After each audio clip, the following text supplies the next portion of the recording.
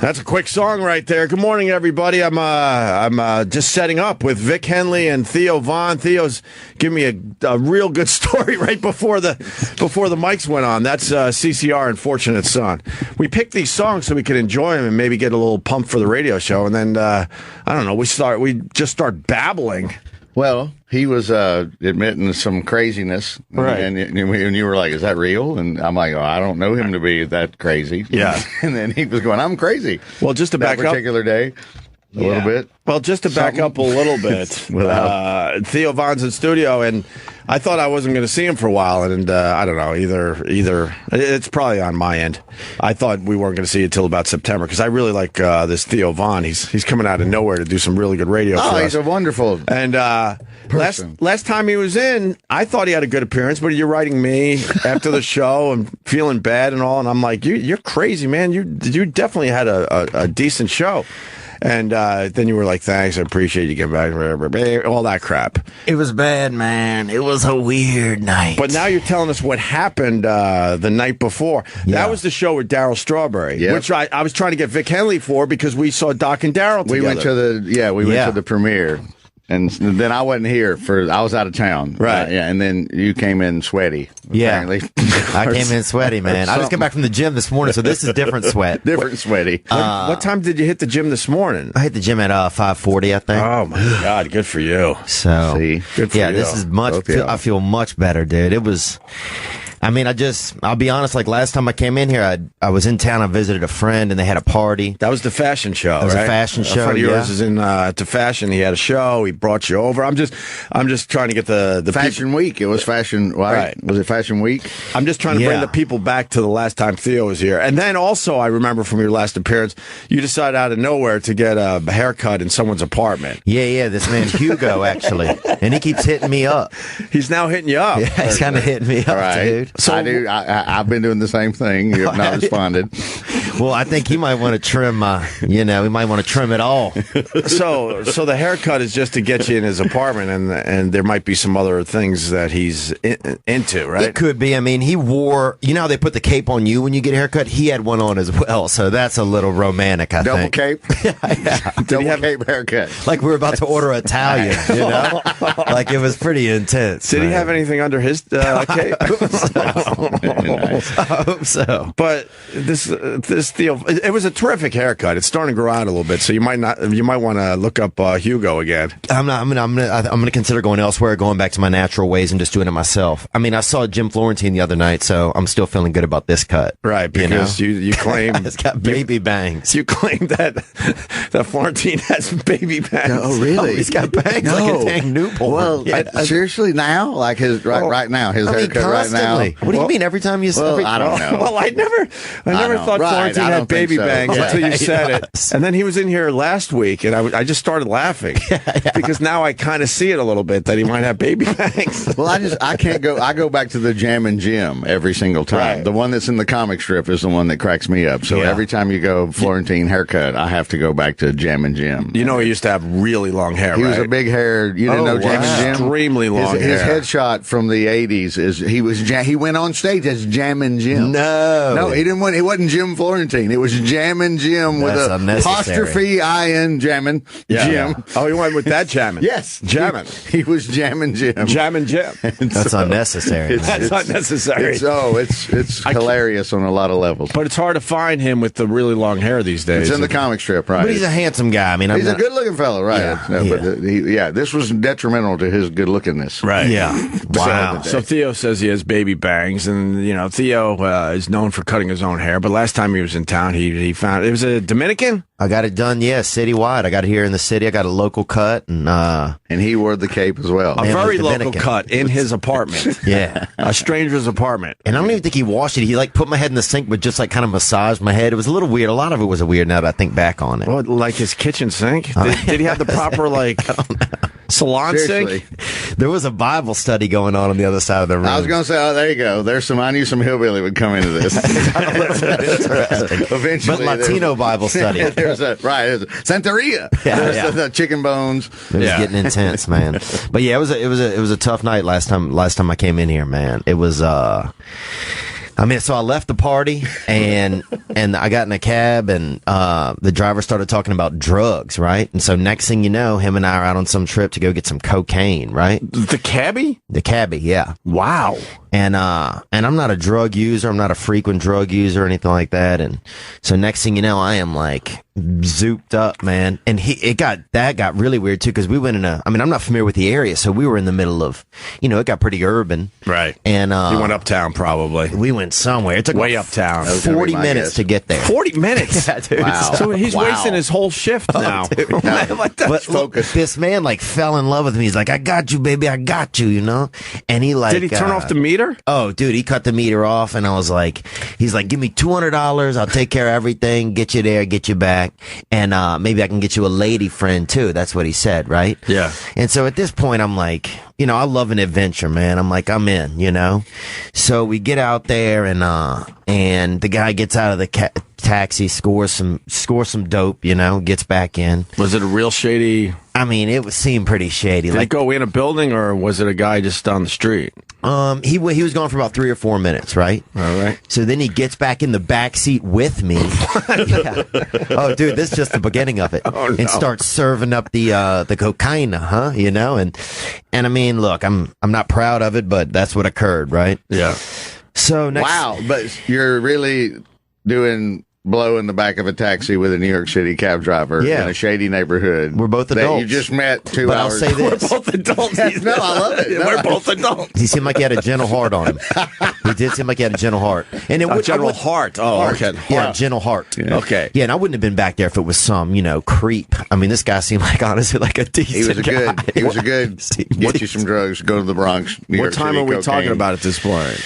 I mean, we're talking at probably 2:30, 2:45. All right. You're starting coke at 2. That's for the young. Look, That shit's for the young. it's not a regular part of my life, right? So, that's just the beginning of it. So then, he gets back in the front seat and he's like, I got a special gift, right?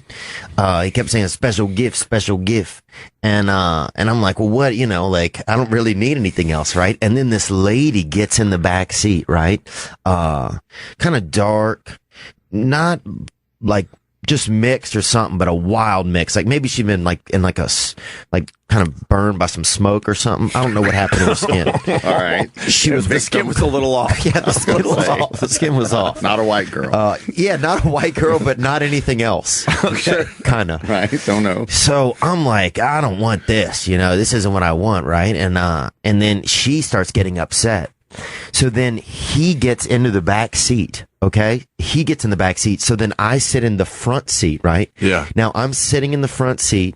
In this guy's cab? This guy's cab doing cocaine. So you were in the back. You were in the back with him. I was in the back. He was in the back. He was in the back. All and then three of you. No, when she got in, he moved. He get into the front to leave, and then I got a gift. Okay. She gets in the back, and I'm like, I don't. This isn't. I'm not into this. So you gift. switched places with the cab driver. He's now in the back seat. So he's now in the back seat. Yeah. And she basically gives him oral sex in the back seat, right? Oh, you're just hanging out in the front? Yeah, but here's it gets so much weirder. Oh, No. So look, bro. My reaction is real. Dude, that's not even the half of it. So then, I swear to God, a cop goes by, right? Of course, a cop goes by. He's like, dude, take us around the block, right? So now I drive his taxi, dude, under the influence of cocaine, around the man's block. In a bad neighborhood. And then I ended up getting out. I took a different taxi back.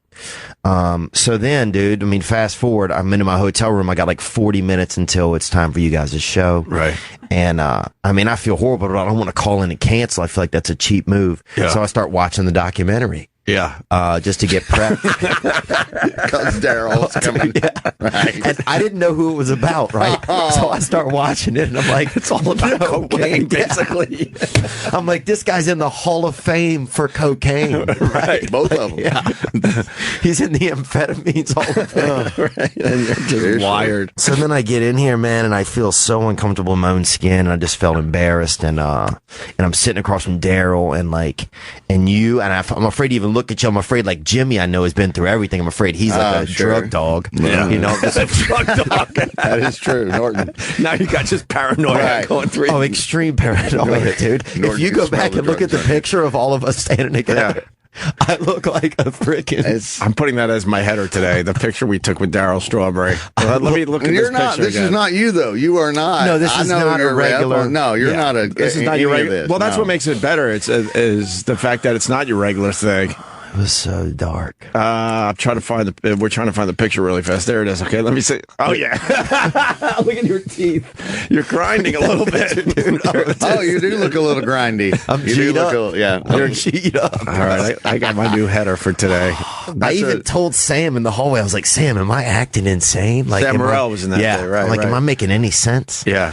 So anyway. This is like Voss and Spade back in the day from the 80s. Sure. Same thing. Him and David Spade? And Frankie Bastille, who's dead now, was a heroin addict. And they went up to a crack house and they left Spade in the car. And the two of them ran inside to score drugs and left Spade in the back seat of a Toyota Celica in 1985 or long whatever. Time ago. Yeah, Good car, the Celicas. Long time ago. Yeah. No, all right. Now I understand the text messages, but I was like, I didn't notice anything different. You gave us that great story about the haircut in some stranger's apartment.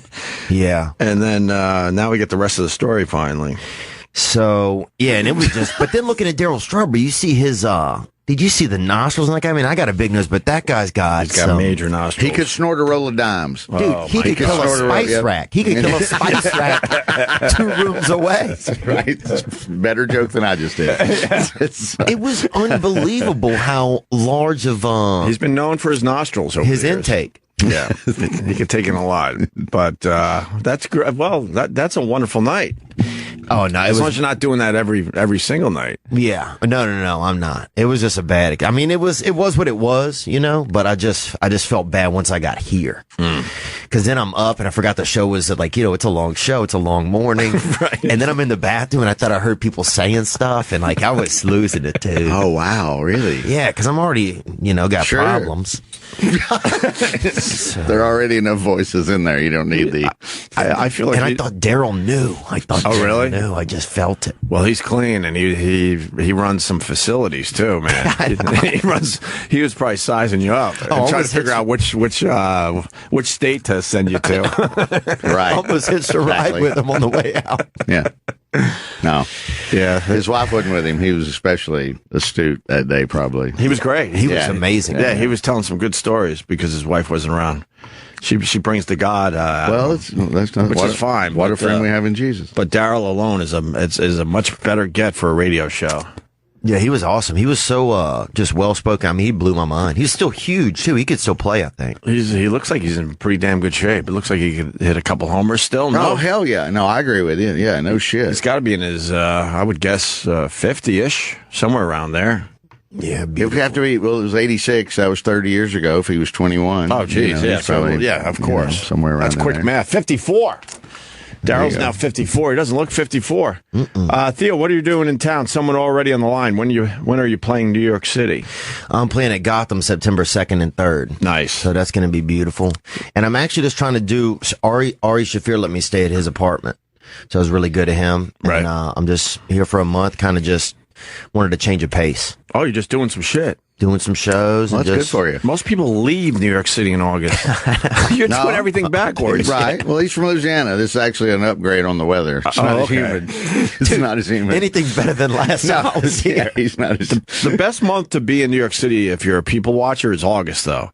Because, like, now the real locals come out of their apartments. Because, first of all, it's too fucking hot and they don't really have the best AC. And then you could see them because most people just leave for August. You notice more crazies on the streets when you're walking around in August? I saw Jim Kerr yesterday walking around my neighborhood, the old rock and roll DJ. Sure. He's up around, same thing. But I'm like, oh, man, it's like 2 in the afternoon and Jim Kerr's smoking. Right. Wandering around smoking a butt. Walking through. Just wandering the city. Yeah, exactly. I thought it was like, well, this is really cool. I love New York when it's nasty August. Right. I agree. And what have you been up to, Vic? Oh God, I went down to Texas for the I had the corporate that wasn't a corporate. It was the Texas Truckers Association. Wow.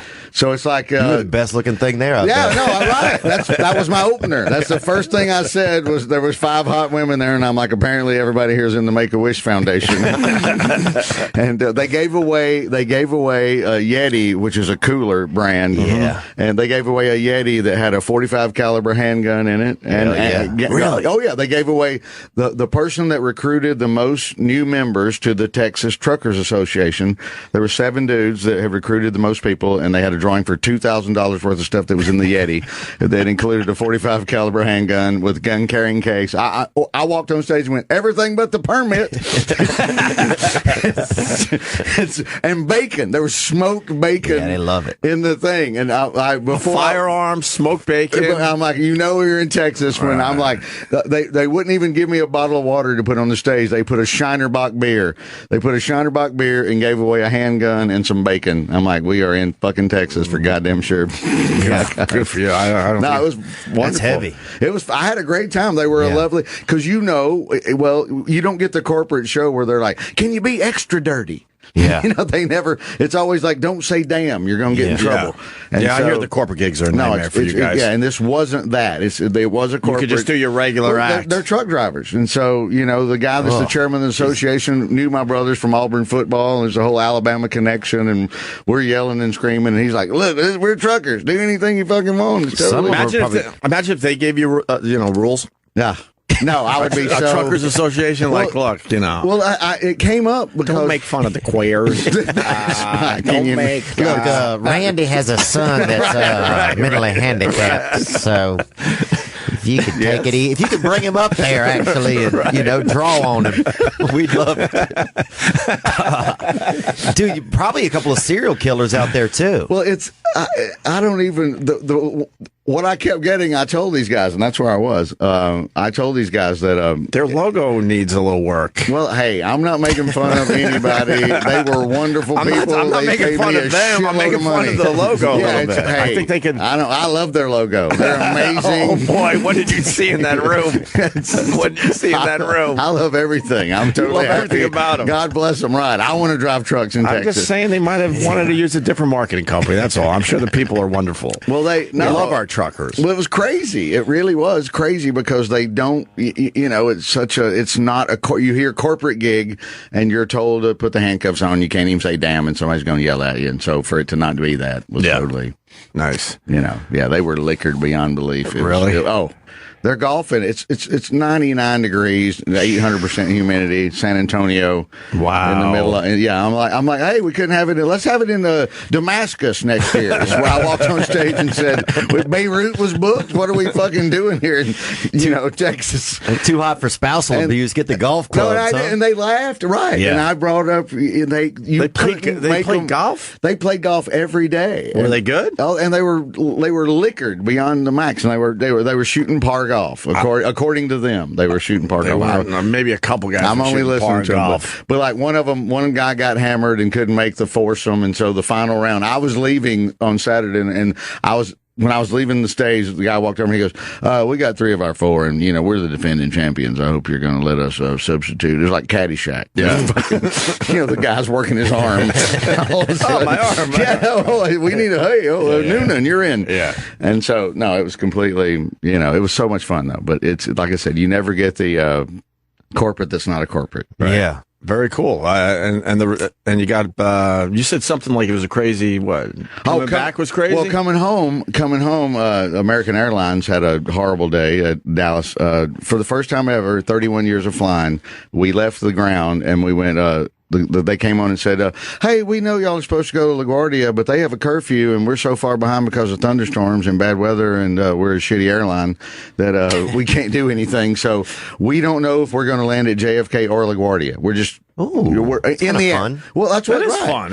But at least but you're going to hit the area. But when I'm on the other side of that, and I'm trying to come to New York City, and I see that my flight to LaGuardia is 2 hours delayed, and I'm walking over and going, "Hey, this one's going to Kennedy right now in 15 minutes. Can I take this?" And they're like, "No, for $500 you can take this." Yeah, they fuck you over. But we left the ground for the first time ever and went, "We don't know where we're going. We're going to New York. We don't know which airport." And we'll I'm let like, you know. $75 in an hour, maybe difference for for people who might be having someone pick them up. Sure. Yeah. You might want to know. Yeah, and of course. the lady got shitty with me, and she was like, you want me to call the pilot and let you off here? And I'm like, I would love to have had the option. I would have enjoyed the. But you got on your case right away? Yeah. Well, another guy was bitching, and then I jumped in and went, hey, I'm just, you could have told us, is all, but to say, to say that.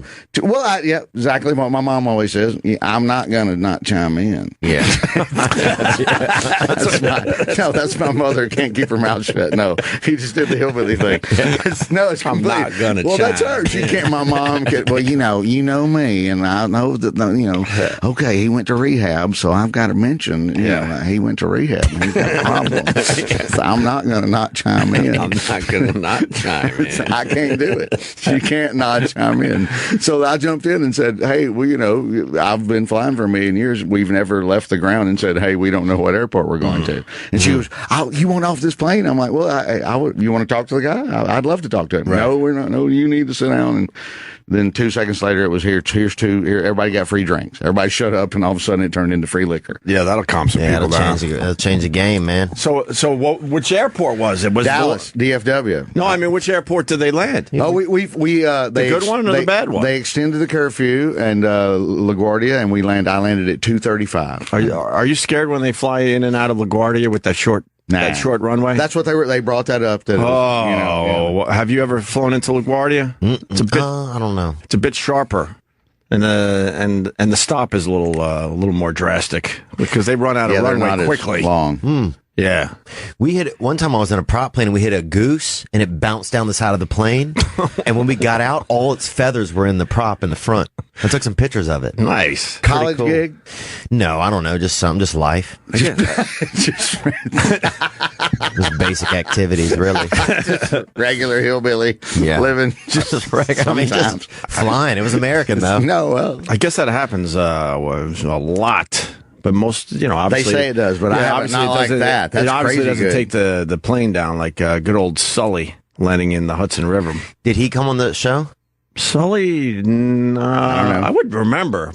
No, I don't think so. I felt like we might have had a quick phone with him, but no, I don't think so. Tom Hanks is playing him, I think, in the movie. Yeah. Yeah, Tom Hanks gets to be Captain Phillips and Sully. Wow. Well, you're Tom Hanks. That is pretty damn amazing. That's right. It's, It was amazing. Oh, the whole damn thing. It's one of the greatest, as a New Yorker, to not hit the bridge and land in the river and save everybody. Every single person. It's the greatest New York City. It's better than your cocaine cab driver story. In a way, it's the next best, transportation. Yeah, that's good. New York City story ever. Anything's better than that. You think anything's better than me driving a cab? No. For a blowjob.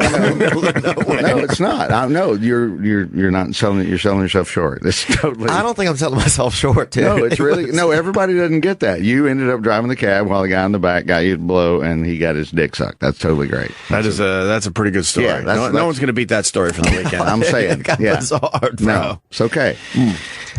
It's okay. Is right. It's water under the bridge now. Airport curfews aren't real. Airline may get sued, but doesn't restrict flight patterns. They said LaGuardia had a curfew, and so that was the thing. Kennedy, because it's international, you supposedly can land 24/7. Maybe that was their way of shutting everyone down. Like, look, it's not our problem. They got a curfew. Well, they make right. We got to deal with this curfew thing that LaGuardia has. It was the lady. There were 2 women working the desk in Dallas, and they said the last delay for 40 minutes was something maintenance related. A couple of the life jackets had popped out from under a seat, so they had to reseal them back on. So they came on and said this, and one girl was talking on the phone, and I walked over to the other lady, and I go, okay, so this is maintenance, which means if they fix this in 20 minutes, then we might not have to wait 45 minutes, right? We'll just bang and get on. And she's like, oh, this is not maintenance at all. And I'm like, I just heard her say, the lady on the phone hung up the phone, and she goes, what are y'all talking about? I'm like, she just said it's not maintenance after I heard you say it's maintenance.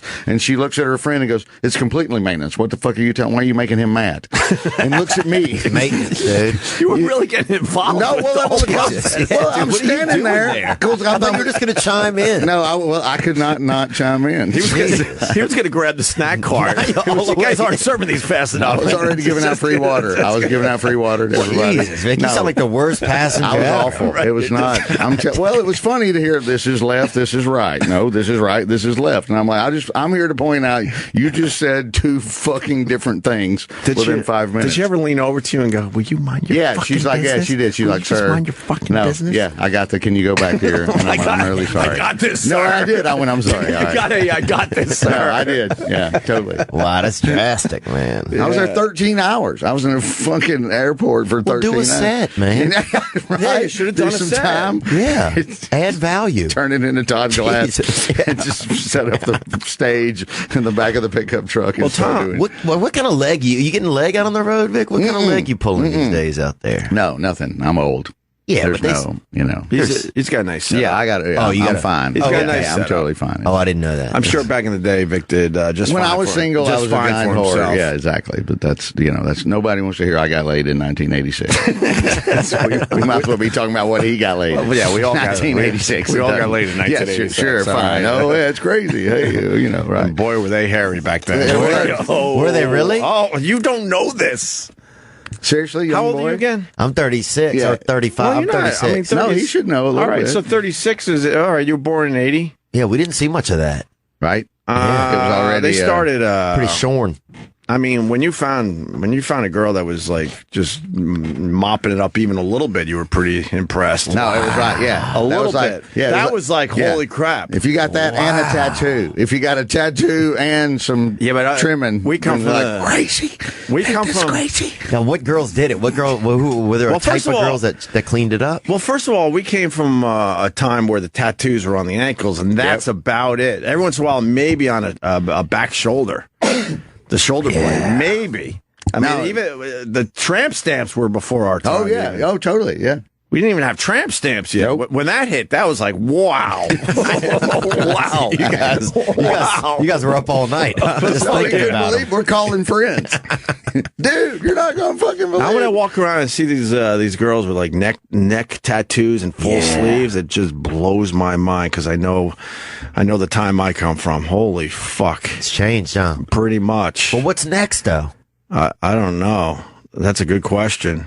Yeah, you're gonna have to be like Dave Navarro with the hanging by the hooks, or Like something. bats hanging Something from his right. nipples and stuff? Something right. I think something crazy. It scares me because I feel like we're running out of shit, which means it might be our end. The end, yeah. It might be time for something else because we're running out of shit to do. I actually left. think that. I Nothing mean, what left, else are you Zip. supposed to do? They'll do something. Somebody will have a bat living in their ass or something. Something crazy will start. Somebody, human ant farm. well, they keep rotating, so they're reliving the '90s. You can only do that so much. The '90s are now kind of coming back a little bit. Wonder if it'll start to go the other way, like back towards like men wearing like the white wigs and stuff like that. Oh Like, if Jesus! it'll- Maybe in Go Brooklyn. extra Maybe in close. Brooklyn. Extra They're probably already That's doing the that. next trend in Williamsburg is that they're walking around dressed With the as powdered Alexander wigs. and Alexander Hamilton. That's that's the new thing. With a homemade mold. Right. They're probably doing that. It probably will. Women will start covering up again. I think it'll go the other way. You never had a hairy Fine. bush? I'm trying to think of one that I saw. They were so hairy back in the How hairy? Really? You Not never had one? one. I've seen some on videos. But never came upon one, someone just going retro. No, I don't remember. I just can't remember. Dude, you one. couldn't find shit. Yeah, I can imagine. It was so hairy you couldn't find shit. No, it was wonderful. It was like, African explorer going, Dr. Livingston, I presume. You're just going through the jungle. It was unbelievable. When they finally started mopping up, as I like to say, it made it a lot easier. I'm sure that. Well, it had to be miserable for the women too, just running around with a big head of hair down there. Mm-hmm. And then I was able to, get into some of that bald. I was like, holy fuck. Holy fuck. Wow, you guys have been through it all, That's dude. like- That was your Vietnam. That was like the Wizard of Oz turning into color.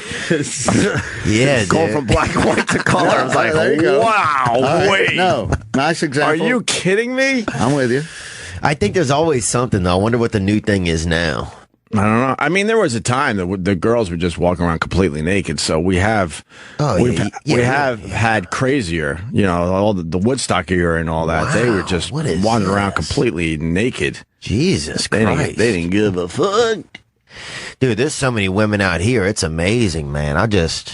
Even just in the past few days, looking at all the girls, I feel like I'm a non-practicing rapist almost, you know? Because I'm thinking about sex, but I'm not doing it, you know? Well, that's everybody in New York. I laughed a little too hard at that No, one. I was going to say you're a little excited. A little too hard. Yeah, not like a real rapist. No, just like, I understand the difference. Okay. I don't think rape is hilarious whatsoever, but a joke about it absolutely can be.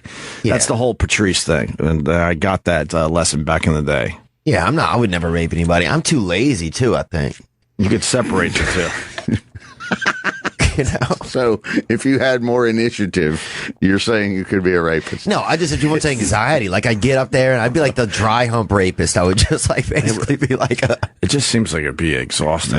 yeah. And what are you going to do the fuck? rest of the day? Jesus. What are you doing, chilling? Jump in a cab and get some blow uptown. Jesus. Maybe right around. This guy claims that he was on your flight, Vic. Okay. I doubt it, but Maybe. Let's give it a shot. From Dallas to here? Yeah, go ahead, Pete in Connecticut. Vic. Yeah, your All phone right, he's is breaking shit. up. Oh, Yeah. it's that scientist guy. What's his name? It's one of those. I don't know. Pete, one last chance. We lost him. All right, you might want to call back. The phone, I think that was on your end. Oh, it's Stephen Hawking. Oh, yeah, a little Stephen Hawking action. Checking out. All right. How good your phone playing All My Friends Are Stephen Hawking. That's a DJ. That's big in Amsterdam right now. That's, you know. Stephen Hawking? No, the whole, all my friends are Stephen Hawking. Oh, yeah. Sorry, bad joke on my part. Oh, all right. There's no bad jokes, man. Oh, yeah, there are. Did you see the They're totally bad jokes. I just did one. you see the skydiver That landed that everyone's in the talking net. about? Yep. Did you see the actual video? I watched the whole thing. I know these guys can move around pretty fucking good, but it looks like he's got some help too. Those guys certainly could help him if he's There was somebody trailing smoke so you could follow it. right. One guy with a camera. What, was this for a commercial? First guy ever to land without a parachute. Right. No parachute. Jumps out of the plane, lands in a net.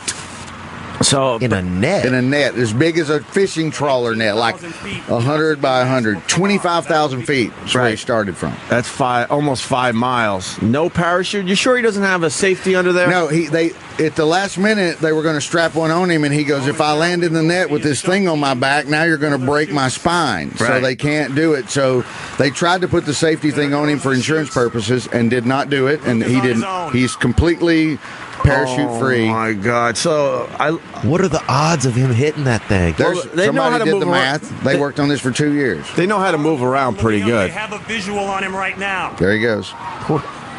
See, I thought they. Oh my God. No, he's going to land. It's amazing. It's absolutely. Oh, now he's just having There fun he with goes. it. Bang.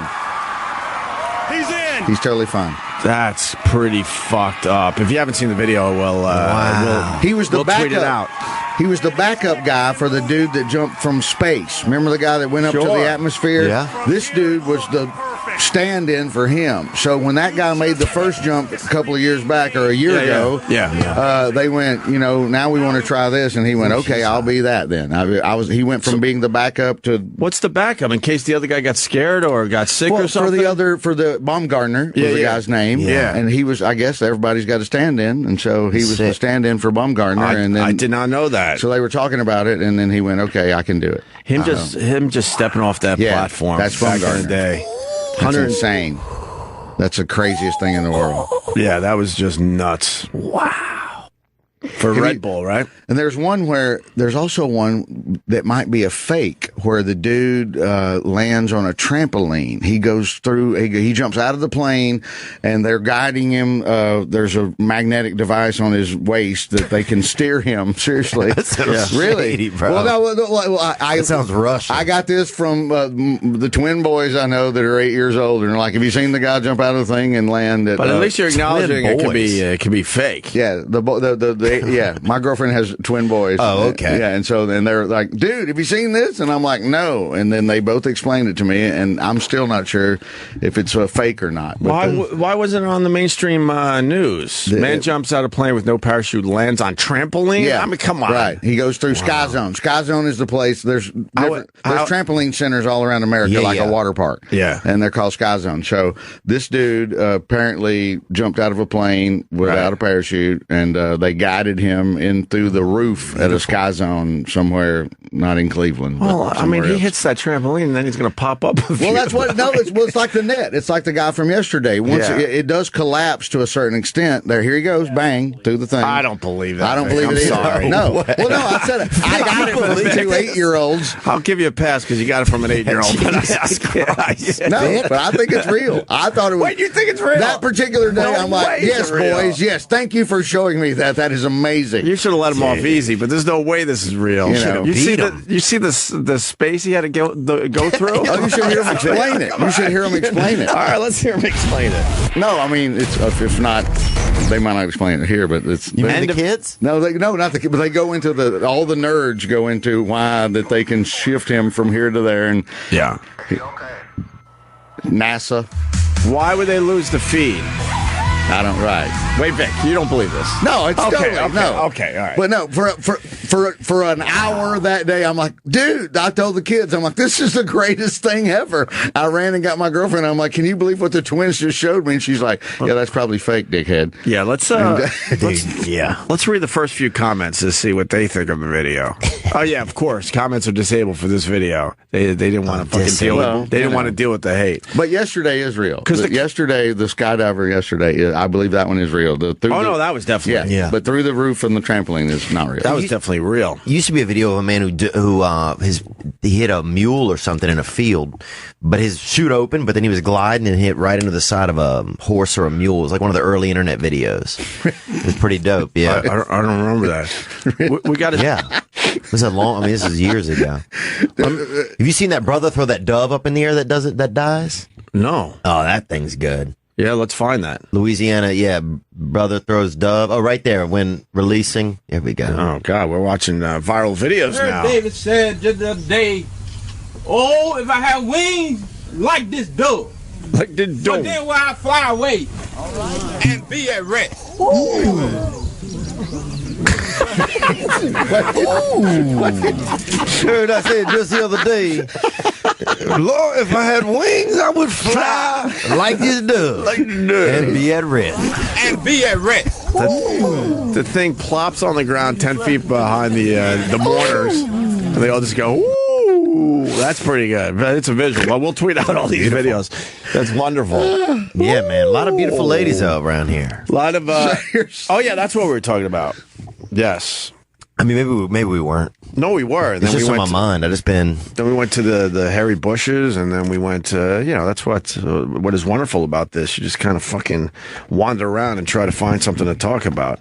But do you think the desire is any different than like when you were, 20 from like kids that are 20 now? You think that just the game, you think that the desire is still the same, you think? What do you mean? Trying to get laid? Yeah. Well, sure, every I guy. don't think that ever changes. No, but, I was going right. but then you put yourself in the mindset of being single today, and you're like, holy fuck, because when we were coming up, they just didn't dress like that. Yeah. I know I'm showing my age. No, but it's the same thing. It's like Halloween. They always go with the slutty outfit. It's the slutty kitty or the slutty this or slutty that. So I think they've gotten more sluttier. Like, as what was we've gotten slutty older. then? What was slutty then? Yeah, it was still just nothing like God, the Playboy bunny, kind of a Like weird. a toll booth Yeah, woman? exactly. Exactly. Right. Just a regular person. With That's a slutty toll booth operator. That's a really good question because, man, I need some help from the elders. What was considered slutty back in where did- late 80s, early 90s? Not much. You just had to be look like the girl that You had went to be to an actual slut. Yeah. There's no faking it. That's right. Yeah, the jeans were still pretty high up on the body. I know that came back a little bit as a style, but Yeah, that's back. they're starting to push them back down again. They realize where they should be. Yeah. They need to be a little lower at all times. No, But we didn't have that. No, we just had skanky. It was just skanky. That's what it was, right? I'm trying to. But it's too much now. I wish there was a little bit more or less revealed, Really. Yeah, I mean, I used to the first pornography I ever saw, I don't know if I told you, was those books in the library. Right, you did tell us. The Rubenesque kind of Yes, women. Yes. And I kind of, You like them a little plump. Yeah, I I mean, I'm not opposed to it. I just think there was just a little, they was always hidden behind the leaf a little bit, or they was hiding in the woods a little, or they had like a child over one of their breasts or something. Like child? They had like a little cherub or something, And now they're in a well-lit room, pulling their lips apart. Right. You can see they're wide as humanly possible. Exactly. I'm kind of with you. I kind of like, leaving a little something. Right. Yeah, I It don't need to spoils see you. We have no imagination anymore. Right. A little bit. I'm with you. Get some of those parts, getting you going, but you don't need to see the whole fucking whole fucking thing. No need for the gynecological uterus. Yeah, exam. everybody's an OBGYN, Pretty much. No, it is, right. Might want to get that checked out. Yeah. So, there was, what was the thing? You said, the Snake River Canyon. We were talking about stunts. I just wanted to throw that out there. Evel Knievel? But supposedly there's a guy that's going to reenact that or try it himself. I was wondering, when we would see this. Well, that was, that was him at his peak. And that was almost as good. I think after that, you'd have to go with Geraldo and Al Capone's vault in terms of one of the biggest hoaxes of all time. Dude, you weren't here. We went through that whole thing last week. It's the same thing. It's a giant hoax on America. Evel Knievel did this, and he was wonderful. This is what I said about the Geraldo thing. No one will know in the end. Fucking look inside the vault to see if you got something. I know. He's notorious for coming up with nothing. Right. That's his trademark. It's Jerry Rivers. Jerry Rivers was his goddamn real name.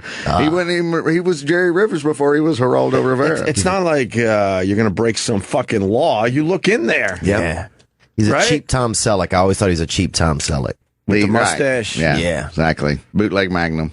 And I wonder what kind of women really were attracted to Geraldo. I'd love to find some women that did him. Barbara Walters apparently slept. No, somebody slept with him. Barbara Walters. Yeah, that was that was one of the stories when they both did their books. Barbara Walters has been old my entire life. Well, so was he. So and I'm not a young man, so to bring that up is a little strange.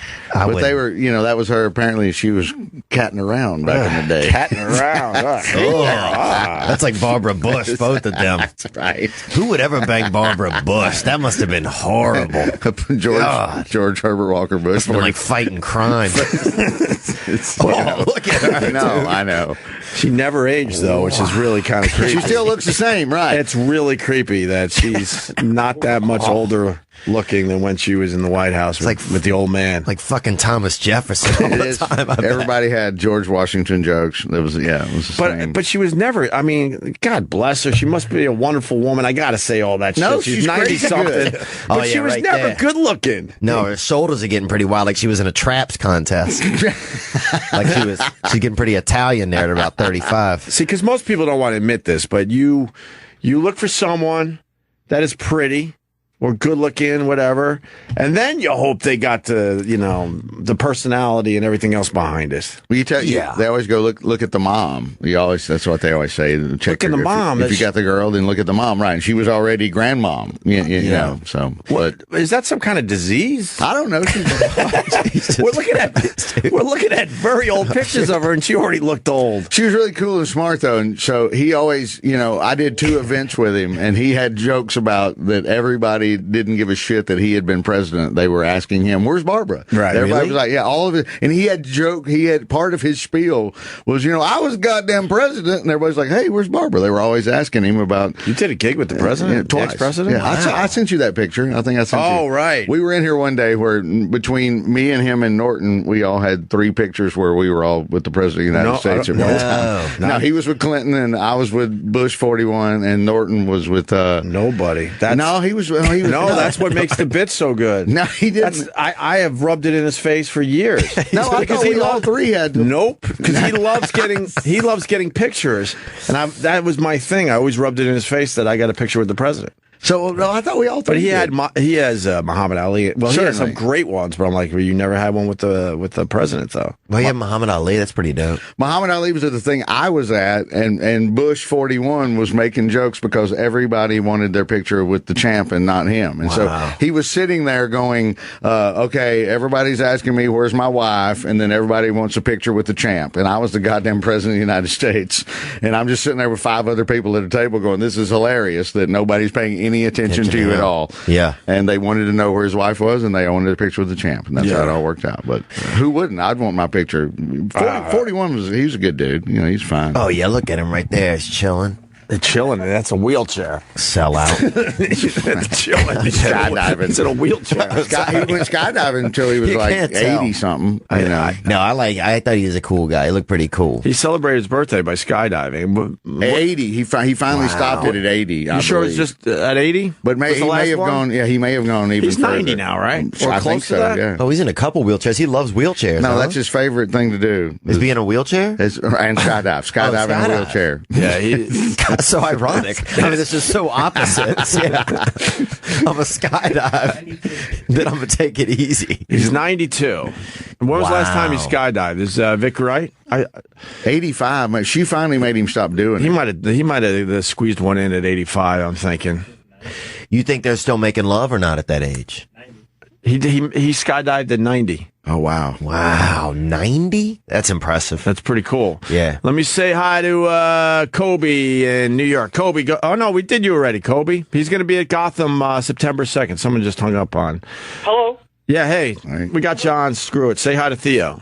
Yo, Theo, what's going on, man? What's that in Playboy? Yo, before I ask you a question, Opie, is it true Howard threatened you to fire you? When? Which time? He asked you about, he said you can't talk to anyone from this show anymore. I don't know anything about that. I talked to most of the guys that work on his show, and they're very cool towards me. He has shut down the hallway because he doesn't want to say hi to me in the morning because it became a thing when he changed his hours that we were passing each other in the hall. And I said, fuck it, I'm just going to say hi to this guy. And with no real irony or anything, I would say good morning. And Yeah. he got so mad at that there's a whole system now where the hallways are closed and we have to sort of wait outside the SiriusXM facility. And I watch him pass through It's funny. through It's the like- glass doors. Speaking of George W., no, it is like the Secret Service. Yeah. It's two or three guys in suits. I didn't believe It's him. more and than then three. He put it on his phone and showed it to me. He goes, oh, Yeah, really? there's angle. They got every angle locked up. So just because I was saying good morning to the guy, and that's the God's honest truth. You can't say good morning anymore.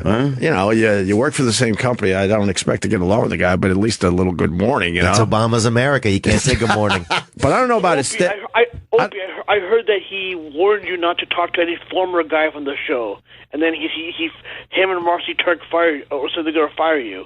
No, I don't know anything about that. I talked to his current staff, and a bunch of people that used to work on the show have come in here. They got a great staff over there. They're awesome. They're absolutely awesome. Most of those guys have always been very cool to me. So, Have you seen Marcy Turk? I Jesus. don't, No, he's sticking with it. I don't know. I don't know if I've ever seen her. Have you fucked her? Oh, Jesus. Who is this, Jim Norton? I don't know. Who is this? Are you good, Kobe? It's Hansy. Oh, it's Hansy. I sort of know Well, that the was- name. I that mean, was maniacal. I guess I was supposed You to know be. the name pretty well, Opie. Fuck you, man. No, I swear to God, I don't. I don't get involved You with. fucking know who I am. I've Fuck heard. Damn, Oh, wow. Hansy. No, Dude, I Hansy, you're didn't. getting mouthy.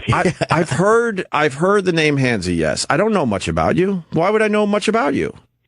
Because you're a Howard fan. I swear to God, I'm not a Howard fan. I haven't And listened. I've called your show in before. I couldn't tell you the last time I just tuned in the show while I'm in the car or something. It's been many, many years, and when I did, I would listen for a very, very short periods of time.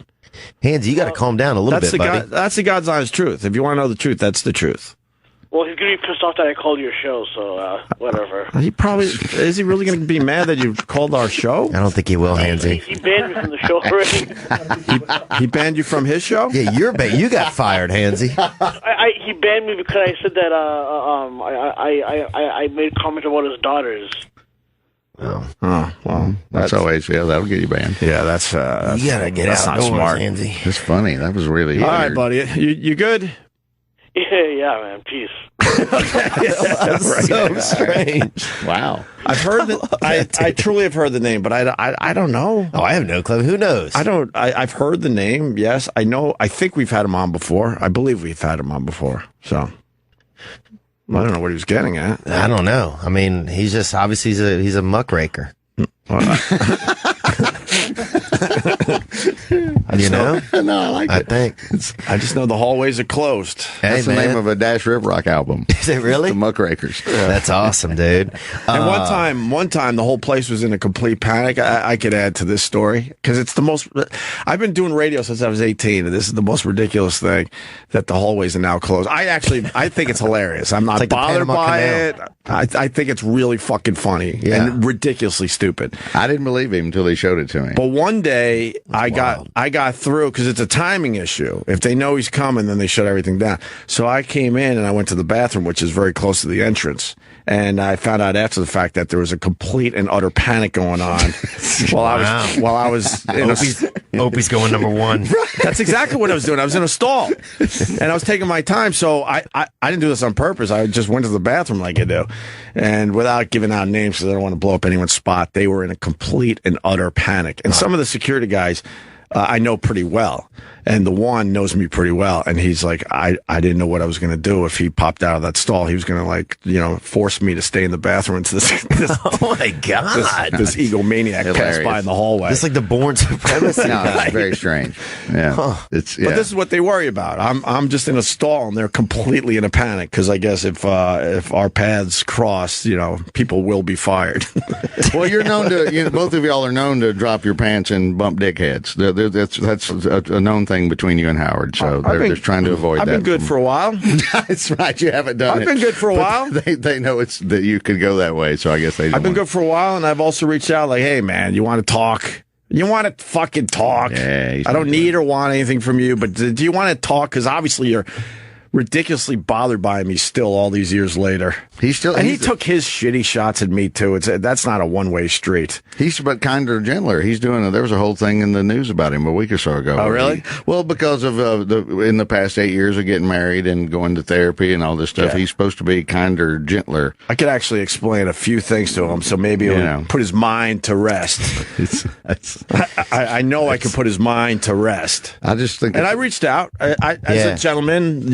Many years later, I said, hey, tell him I'll sit fucking down with him anytime he wants and just have a little talk. And it doesn't mean I want or need anything from him. I'm good. Tell him you'll get in the back of a taxi and do some blow. I think it's more for him and not me. Yeah, because he's obviously bothered. Because in the hallway, I would just be like, good morning. And then when I realized he wasn't reacting to that, there might have been a couple mornings where I pumped it up slightly. Good morning. I said good morning, sir. It might have been a little enthusiastic. That's all. But that's not even being a dick. I would just pump it up a little bit. So some friendly jarring. You guys are both in the same business. Whatever you want. I don't know. I don't know the history, man. I don't know it. Well, the history is that me and Anthony were doing very well, and he was trying to shut us down, and we're like, fuck this. We're not going to get shut down like he shut down so many other radio shows. That's how it all began. So we got extremely aggressive and made sure that he wasn't going to fucking destroy us like he did many other radio shows. And you're from survived the South. it. Now you're in the pissing match. No, I don't even fucking listen. No, that's what I meant. I don't know anything about him. Yeah. I don't listen. I don't know anything about him. Besides passing him in the hallway for a little while before he shut that down. And then his guys, I'll run into him in the hall, and they're very cool. Very cool people. I take the elevator with Ronnie many, many fucking mornings, and he couldn't be nicer to me. Yeah, Ronnie. I was over there when Ronnie got engaged, actually, which was a couple of like 6 months ago. And the guy Steve I know that works over there is a nice guy. So you could be the bridge. You never know. I'll make the coffee. I'll make the coffee. I reached out to the right people. He knows. But that's up to him. Whatever. I'm not going to lose sleep over it. Let's say hi to Adam in New Jersey. Good morning, Adam. Hey, how you doing? Is this Opie? What's up, Adam? What do you guys do? That Andrew's a bastard. I hate it. I don't know. Who? Hansy. Hansy? Hansy's a liar. This is Hansy again. It's the same guy again. He was banned from that show a long time ago. All right. Thanks, buddy. This is somebody with a puppet. Wow. I think it was Jeff Dunham. Yeah, let's. That was Peanut. We'll try Brian in Brooklyn. Brian. Good morning, Brian. Brian. No. He sounds like he's talking through a muff. Oh no, Brian. Right. Reading. I mean, you can't make this up, man. What are you doing, Brian? All right. Let me now I'm getting a text message. That caller comment is made up bullshit. One of his regulars had been posting online that Howard forbid you from talking to anyone on his staff. This is him on the phone. Well, that's not so, though. Okay. Yeah, some Muppet. Whatever. That's what it sounded like. I was going to say it was very ventriloquist-esque. Oh, there's some Muppet. I mean, a Muppet is also a term, just some, just some. I got you. I wouldn't put it past him to tell his staff not to talk to me anymore, but he did some of that shit back in the day. We had a great David Letterman appearance, and then and Anthony did a Howard impression. That might have put Howard over the top, and then the producers came running back. Actually, it was more Anthony on Letterman. I pretty much just sat there. But still, what he could do. He did a Howard. He did a good Howard, and Howard didn't like it, or something. But the appearance was amazing, and then the producers, came to our green room like, "Holy fuck, that was awesome! We'd love to have you guys as sort of a go-to thing when we need you. You're local and all that, and we want to book you immediately again. And we'll look at the calendar, blah blah blah." And then we never did Letterman again, and then. Through people, I'll say this much. Through people, it was confirmed that Howard called in a favor behind the scenes. Wow. Said, "Look, I've been very good to you and you people over there, and I'm requesting that you don't use those guys anymore." This is a true story. I stopped working all the dirty, and it was behind the scenes. Did you bring it up to him or no? Who? To Howard. I've never talked to Howard. Well, I've said good morning to him. Yeah. That's been the extent of our relationship for many, many years. So I quit working the clubs he used to work just for the same reason. What do you mean? I'm teasing. Vic, I am nothing like you, dude. We are not even. No, I know, Theo. You are trouble. No, I'm an idiot. Okay, I'm driving around freaking blown cabbies. Wait, now you're admitting to blowing the cabbie? No, I didn't. I was just the driver. Okay. Well, you were blowing. Yeah, I was, dude. Little cocaine for the first time in a while. Just something you don't get into? Nuh-uh. Now I've actually been keeping it on the straight and narrow, man. I've been getting into some new different things to try and keep me busy. Like what? I got an orgasmic meditation. You guys ever been to this thing? No orgasm meditation? Seriously? Yeah. I meditate. You got to try this, dude. So it's basically... Does it break up your marriage before you say you got to try this? I don't think so. I mean, there's married people that are in there that are alone and that are there coupled up. What the fuck is... Can we take a break? Group? Wait, take a break, because this could take a while. Oh, you end up... Yeah, I mean, I was knuckling some lady up at Upper East Side the other day, 2 days ago. Seriously? Yeah, it's part of the thing. It's part of the thing. All right, hold on.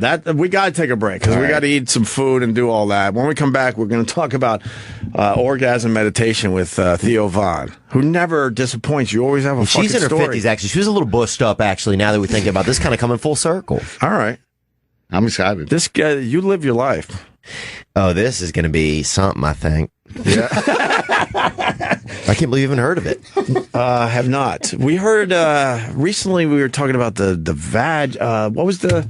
Oh yeah, I was here the that vag day. yoga. No, I have no idea. Could you relook that up? The massage, the vagina massage. Yeah. And supposedly that's on the up and up, and that has something to do with meditation and yoga or something. It is? What was it called? The Yanni? The Yanni.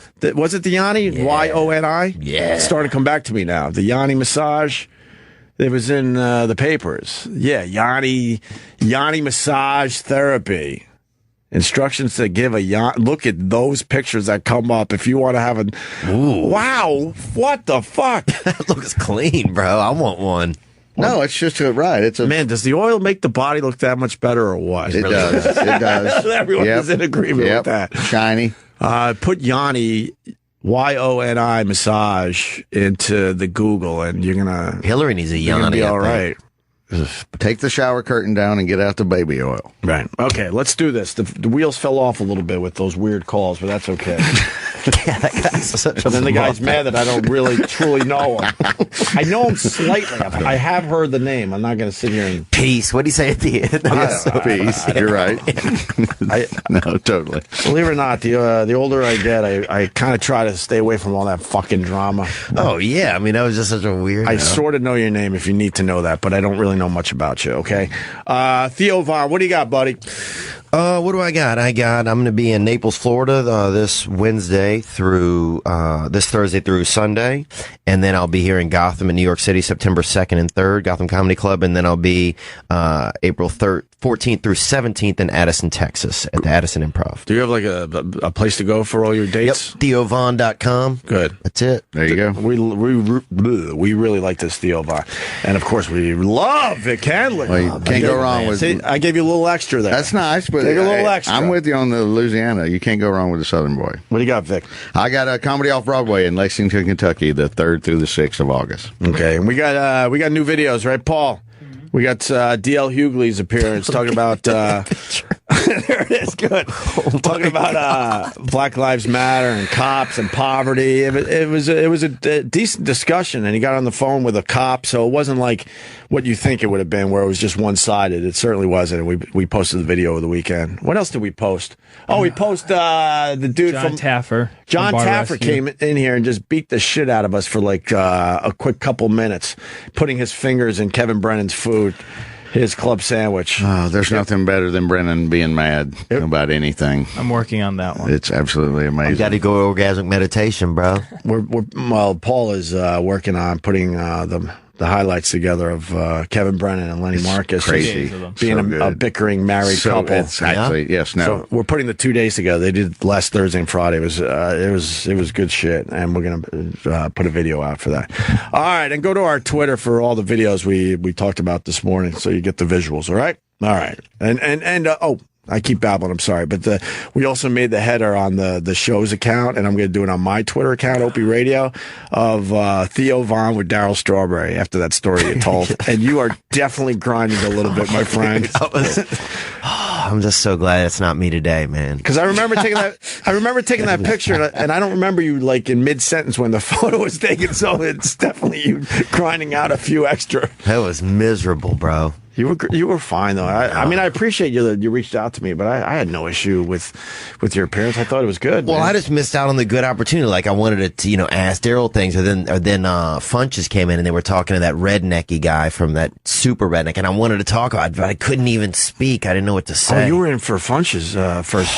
He was really good too. I like Ron. Yeah, he's a good guy. That was a really strange and Beautiful day. yeah. Everybody, I love to wrestle. he's great. He's a sweet man. All right, we're gonna break. More with Opie and Jim after this. In case you missed it, recently this happened on Opie and Jimmy. When you're in the bathroom, Yeah. talking to that guy, I was taking a shit, Oh, were you? and I shushed you. I didn't even catch you. I went shh, and then I was laughing at I was like all proud of myself. And then I went to wipe, and I was in that handicap toilet, the one that's real low to the ground. Yeah. And then my fucking finger just swiped the top of the shit. So fucking mad at myself. First of all, why are you sitting and wiping, fucking lady? What do you stand up and wipe? Always. We've talked about this. You stand and wipe. I want my asshole sparkling clean. What do you do? Just mush it from your tailbone of your bag? No, I got it down. You don't. Apparently you don't. I'm not Knuckle shit. That toilet's really low, and it doesn't have like a deep bowl. It's a very low bowl for Were the you mad? head. Were you bothered when you're not? I just knew it hit it because I could just feel the tip of my. I just felt the. Was it just a little warm? Yeah, if it wasn't shit, it would be almost comforting. Just fucking But you knew what it creamy was. and warm. I was like, oh shit. Oh god. I was just wiping a fucking shit off my finger. That happens. Yeah. What are you gonna do? I don't like it. I like a deep bowl. You do. Yeah, I don't like those little fucking small bowls. I don't like when you flush real quick and the water splashes back up all over your bag and your Vas Devrins. I sat on my nuts the other day. I sat on my fucking nuts. On the toilet or? Yeah, on the seat. How do you do that? Okay, I sat on the toilet and I misjudged it. So the front of the bowl? Yeah. My nuts hit the seat first, went under my butt, and I sat down on the front of the toilet. So there was no hole for my, it was just the front. So my nuts were under my asshole, and I sat down and almost killed, literally shot a nut out of my belly button. Listen to Opie and Jimmy every morning here on Opie Radio. We're back with Opie and Jim. Back with Vic Henley and Theo Von. Still got the Yoni massage in the Google image on my computer. Some lovely pictures up there, I must say. Looks like they pinch it a little pinch action in the massage, huh? This is the greatest thing ever. Which, that picture where it's all oiled up? Why wear the glove? That you can that you can claim that this is not. You can tell that body doesn't have any diseases. Take that glove off. I'm really happy with the whole thing. Yeah. The Yoni massage, that hit the papers a couple weeks ago, and it's a real thing, man. I don't like it. Women especially, they're getting this massage, and then at the end they get the old... Well, that's what they did back in the day. Back in the day, when women were, when you were diagnosed as a crazy woman, they would send you to the doctor, and he would give you that's how vibrators and dildos and all that started. It was a treatment for the women that were, they were all wound up and just needed a release. How do you know this? Because it's the history of dildos. No, it's something to do. No, the history of something to do. No, it's something. We looked that up. It is totally. You didn't know this? Well, I rarely. It's a standard thing. I rarely question Vic Henley. It's a standard thing. I don't think you've ever been. Have you been wrong? I'm wrong all the time. If I'm talking, I'm wrong. I get corrected all the. I don't have enough time to answer everybody on Twitter and Facebook how often I am wrong. So the crazy women would get dildos back in the day. Yes. You know this too, Theo? No, I know. You were shaking your head. Well, I would know that they used to sometimes think that if women were, mental or something like that, they had a spirit in their hoo-ha, and they used to try to massage it out of there. But it was right. The vibrators and things that's if you were, high strung. Look at that one. Jeepers creepers, huh? Hook it up to your tractor. That one went against John Henry, didn't it? When John Henry was a steel driving man. My mom must have had thousands of orgasms. Maybe. I don't know. I wonder how many of these apparatuses she owned. That one's Russian. There's right. That one was pretty interesting.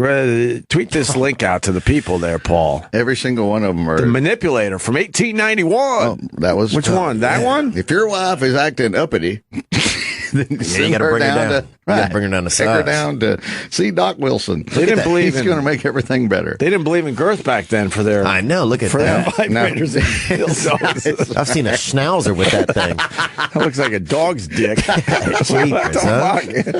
How might you give the ladies a little girth? Your wife's going to give birth to 1800s. Your wife's going to give birth to a 10 cup after that. Look at that thing. I don't know. When did they decide maybe the ladies could handle a little more girth? What year did that come into play? That's like an egg beater. Fuck. Sorry, did I take it from you? When it gets black, that's when they decided if you scroll a little bit. Right, that's where it gets a little urban right there. Yeah. Boom. Then they girthing out. All right. That's the one. That one right there on your hand is the one when you used to get a haircut at the barber shop. They'd give you the neck massage with that on the barber with that on the back of his hand and give you the little neck massage. Why don't they just use their hand? Because it doesn't electrify. Sometimes, when they wash your hair, you feel like, what the hell is this about, right? Anyone else? Oh, yeah. I'm with you, sure. Yeah. But that's just so that instead of giving them a couple bucks, you give them the $5. That's where I go $5. I'm with you 1 million $5 spot, right? Yes, I'm with you.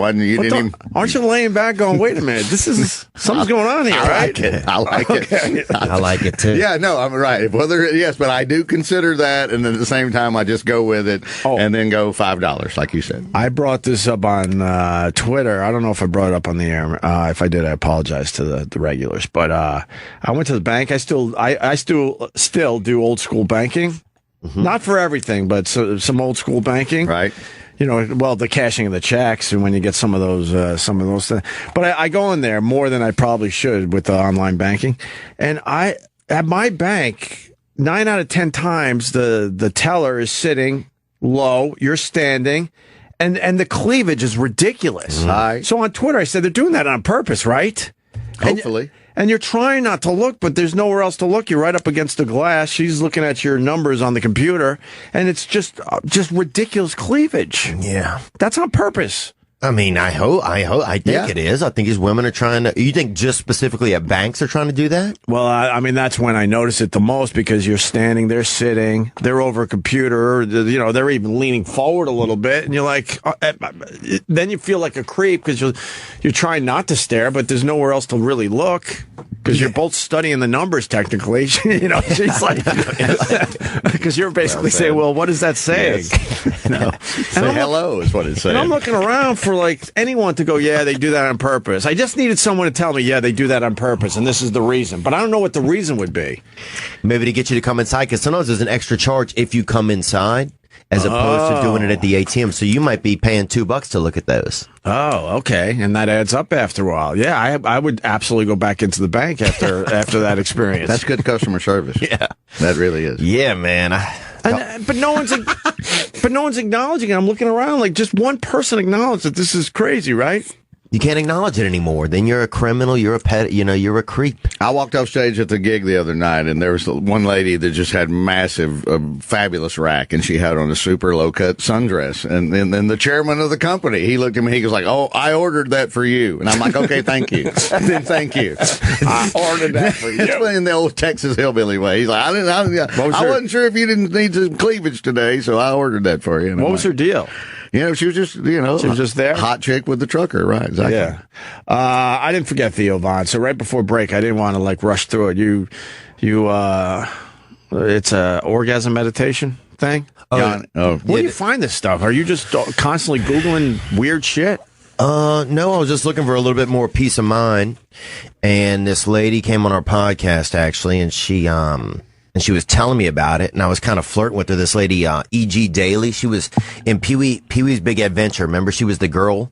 Well, I remember Pee-wee's Big Adventure. Well, that movie's really. So she's an older lady now. Yeah, she's an older lady. Which one was she in Pee-wee's Big Adventure? I would have to see the picture again to give you the old. She's the one that wanted to go. Is she the one that wanted to go to France and watch the movie with him and the dinosaur? Yeah, here she is right there, Dottie. Yeah, she was Dottie. Oh, of course. She was the girl. Of course, not that one. So she was not the dinosaur girl, right? She was the other one. So she tells me about this thing. Like she and I kind of hit it off, right? We had a little bit of connection in the eyes, and then it kind of vibrated down the rest of my body. And she invited me to this thing, and I went to it, and it was called Orgasmic Meditation Seminar. It's in the 11th floor of a building downtown Los Angeles. You got to be there at 8 a.m. I get there, everybody's drinking coffee. Why 8 a.m.? I think it's an all-day sort of deal, right? Oh, okay. So you get there, everybody's drinking coffee, and it seemed like a kind of an AA meeting, and next thing you know, I sit down. A man gets up to the front, brings a woman up to the front. The woman takes her pants off and her underpants. Or panties. Some people call them panties. But take those off. And then the man. Why is that funny? Because it's Southern. Because it's accent. I love it. The man puts. For me, that's my answer. Puts gloves on, but not like gloves like the real sticky, the ones that a doctor wears, like the ones a cafeteria worker wears, the real thin ones. Yeah. So you can still see their nice hands, sure. And then what you do is you basically touch. This is gonna sound bizarre. You touch the woman's clitoris for 15 minutes, and there's like a monitor there who's showing you how to do it and everything. And so this man does this to this woman for 15 minutes. That's the whole practice. And what you get out of it is the man gets the feeling that they can pleasure a woman, and that kind of resonates in your being. And then the woman gets a feeling that they can be pleasured without having to reciprocate anything to a man. And that's the whole that's the entire practice is a 15-minute session between one man and one woman. But you guys are just watching them do this? What are you doing in the audience? There's some straight up pervs that are just like geeking right in the front row, there's some straight lurkers in there, right? But dude, wait, are they playing with themselves? I mean, they're not playing with themselves. I'm sure they're chubbing up a little and just kind of, feeling blood go. I think most people would chub up though. That's pretty pretty crazy. Fast forward 6 hours to the end of the seminar. Oh, okay. They partner everybody up in this big, huge room. And next thing you know, you're there with a woman and you're sitting there. They take their pants off. You got the gloves on and you start practicing. And there's a monitor walking around making sure everybody, doing it right. Yeah. And you can't go in. You're just on the outside. You're just winker beaning, out there. And dude, you can look around and see everybody else. Like you can see like 30. There was about 40 couples of people on this big floor. Yeah, and everybody's just met each other earlier in the day. Winker, say it again. Everybody's winker beaning, just C-noting. So is this an excuse just to fool around with a stranger? Because no, look, there were not the most attractive people. I was one of the best looking men and women in the entire room. Men and women. Okay. So a lot of women are upwards in their age, 50s, 60s, And how many people signed up for this? I think there was 200 that day. Seriously? Some of them didn't get partners. One dude was in a wheelchair, totally like he was and we had to lift him out and lay him next to his partner. No kidding. Yep. This dude named Keith. He's still now. You know it's true when he remembers his first name. Oh, little Keith, dude, he was fired up. He was fired up, and he did the thing. I swear to God, when we put him back in the chair, he felt lighter when we put him back in the chair, dude. I mean, what is the purpose of this besides the obvious? Like, I mean, the woman's getting off. I mean, and what you're just learning how to. You definitely learn. Like now I'm a lot more, I know what's going on now. Like before I was just kind of milling around down there. I didn't even realize it. How is it meditation though? Because you have to focus for 15 minutes, like right there. Okay. You're not doing anything else. Right. And it holds your attention. And you can also kind of tell how you're doing because you can tell what place you're coming in by how the women are feeling, So you can hear like, Barbara over on aisle 8. She's going off, So you know that person's in first place, Why is this isn't it? Why is this on TV? I don't know what this. No, it's not. It says it's the same thing. This is a ball. This is a date. This is a Darren Sharper video. This is date rape, I think. This guy's showing us the yoni massage.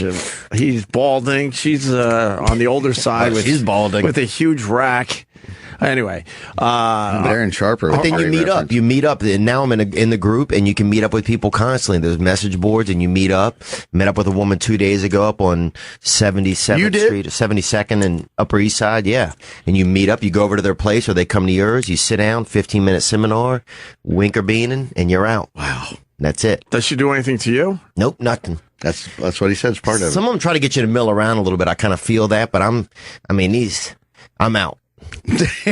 I'm there for the practice. I respect the practice, and I'm out, man. Are you really respecting the practice? Oh, 100%. Yeah, I mean, look, a lot of these. But you're looking at a vagina. That's. Yeah.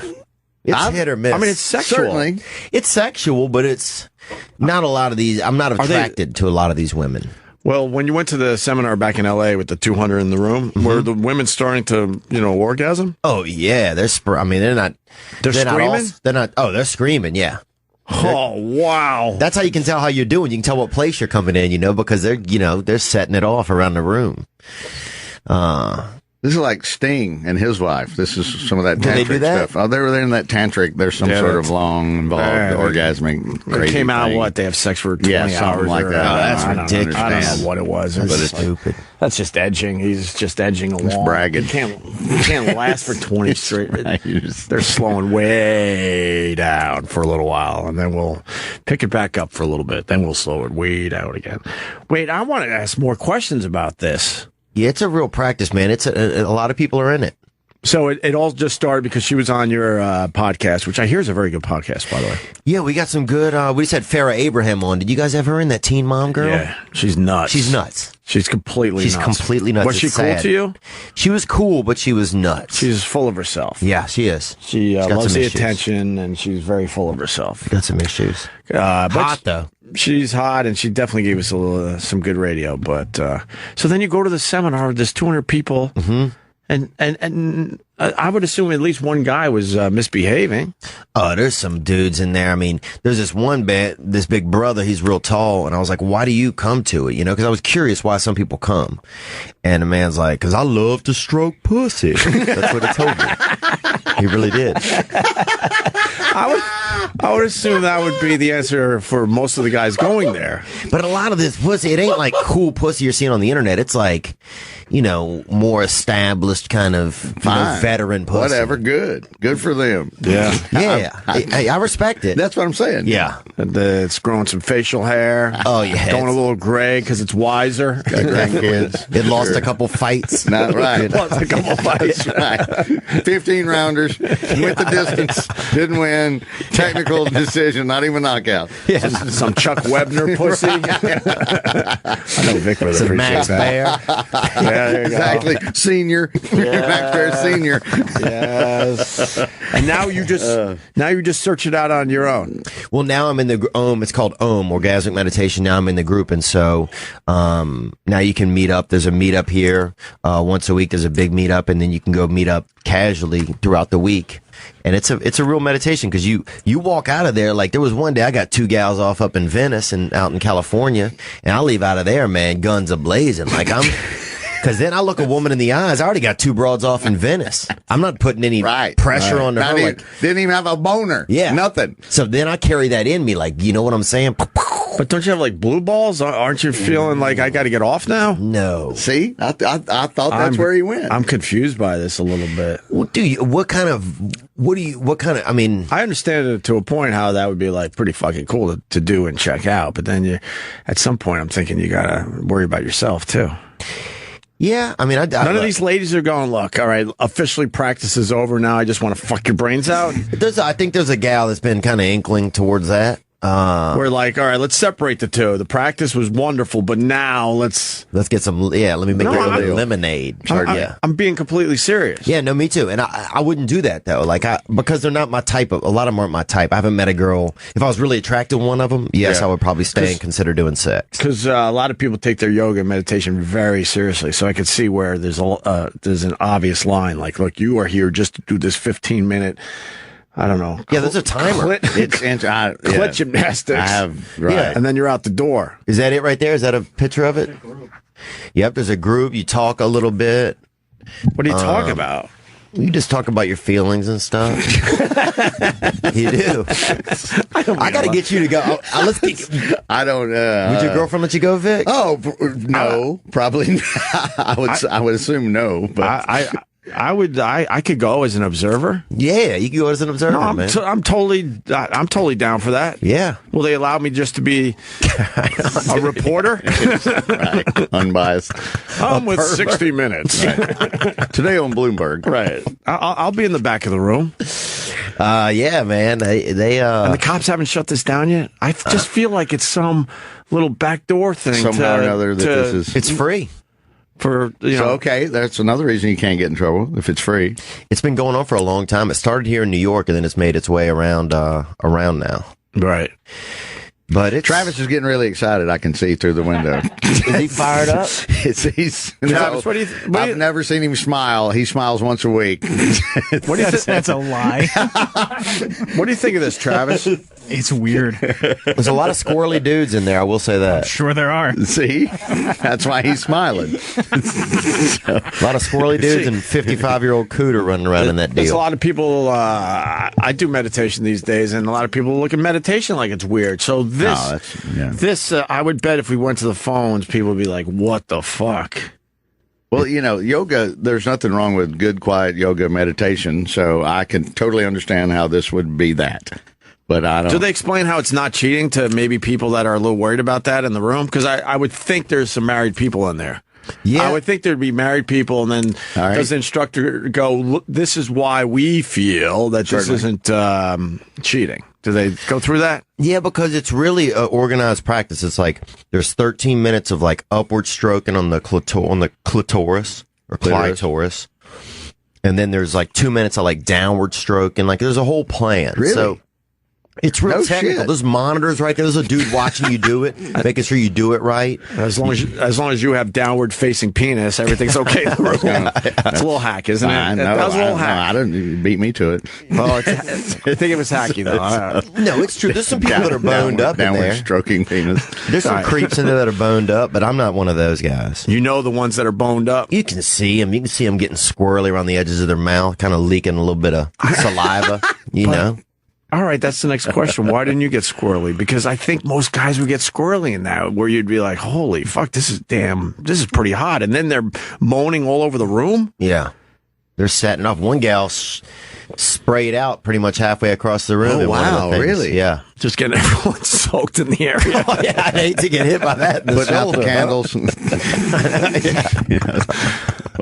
Blows out the fuse box. That's what I meant, right? We found a video. It's doing very well on the internet. Orgasmic meditation, step-by-step instructions. Mm-hmm. 5 ground and connect. Start and end with pressure and a firm massaging touch. The grounding pressure. Apply lube and begin stroking her. Oh, that's step 6. My God, we jumped way ahead. Yeah, that's the big step. All right, we got a guy now that really wants to do this. I knew this was...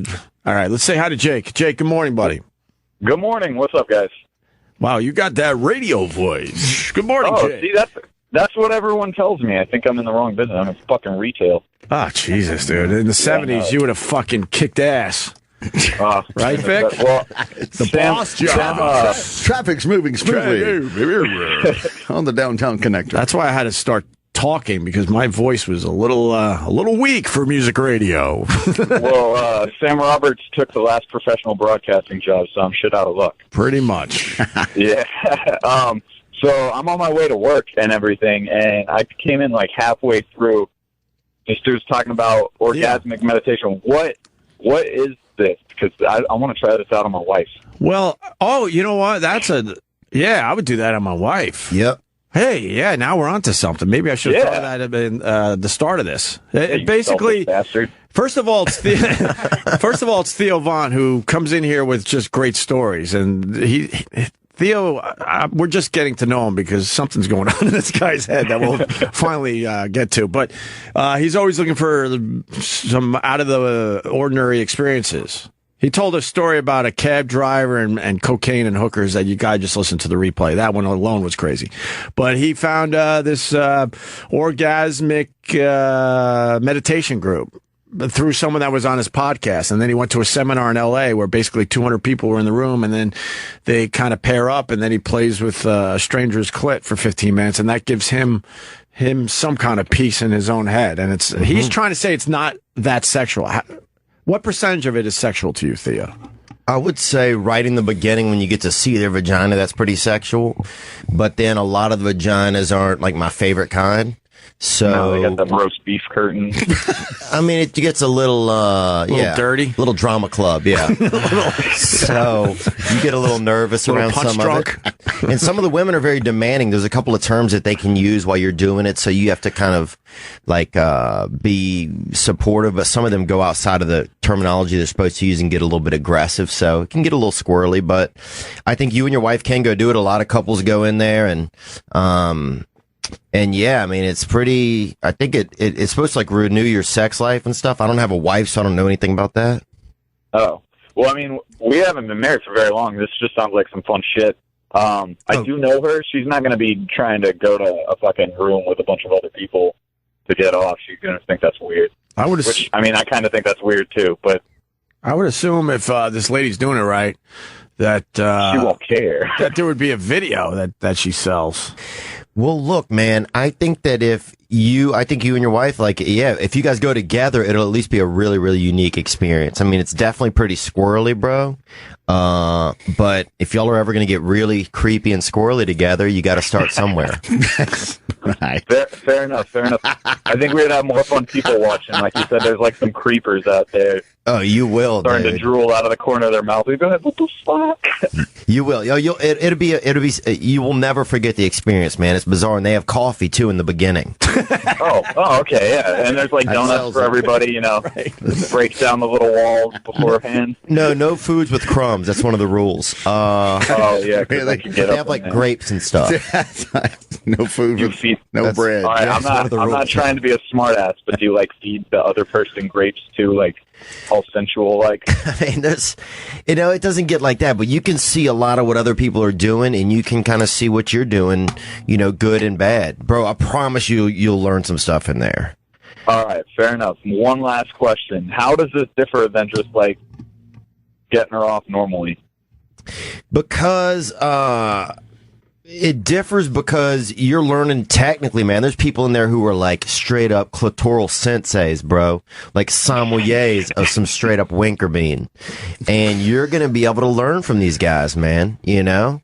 Like, you're probably just Cabernet-ing it all the time, and now it's time for a little bit of Puy-Fuy-Say. You know what I'm saying? Oh, nice. A little bit of Riesling. There you go. A little bit of Riesling, bro. I like it when the hillbilly goes wine references. All right. A little bit of ripple. It'll be a fun experience, I promise. I'd love for you guys to go and call Opie back and let you know what you think about it. Yeah. All right. Well, I'm sure it's fucking Atlanta, so I'm sure I'll be able to find something like that going on. Oh, God, definitely. yeah. Be careful, though. Yeah.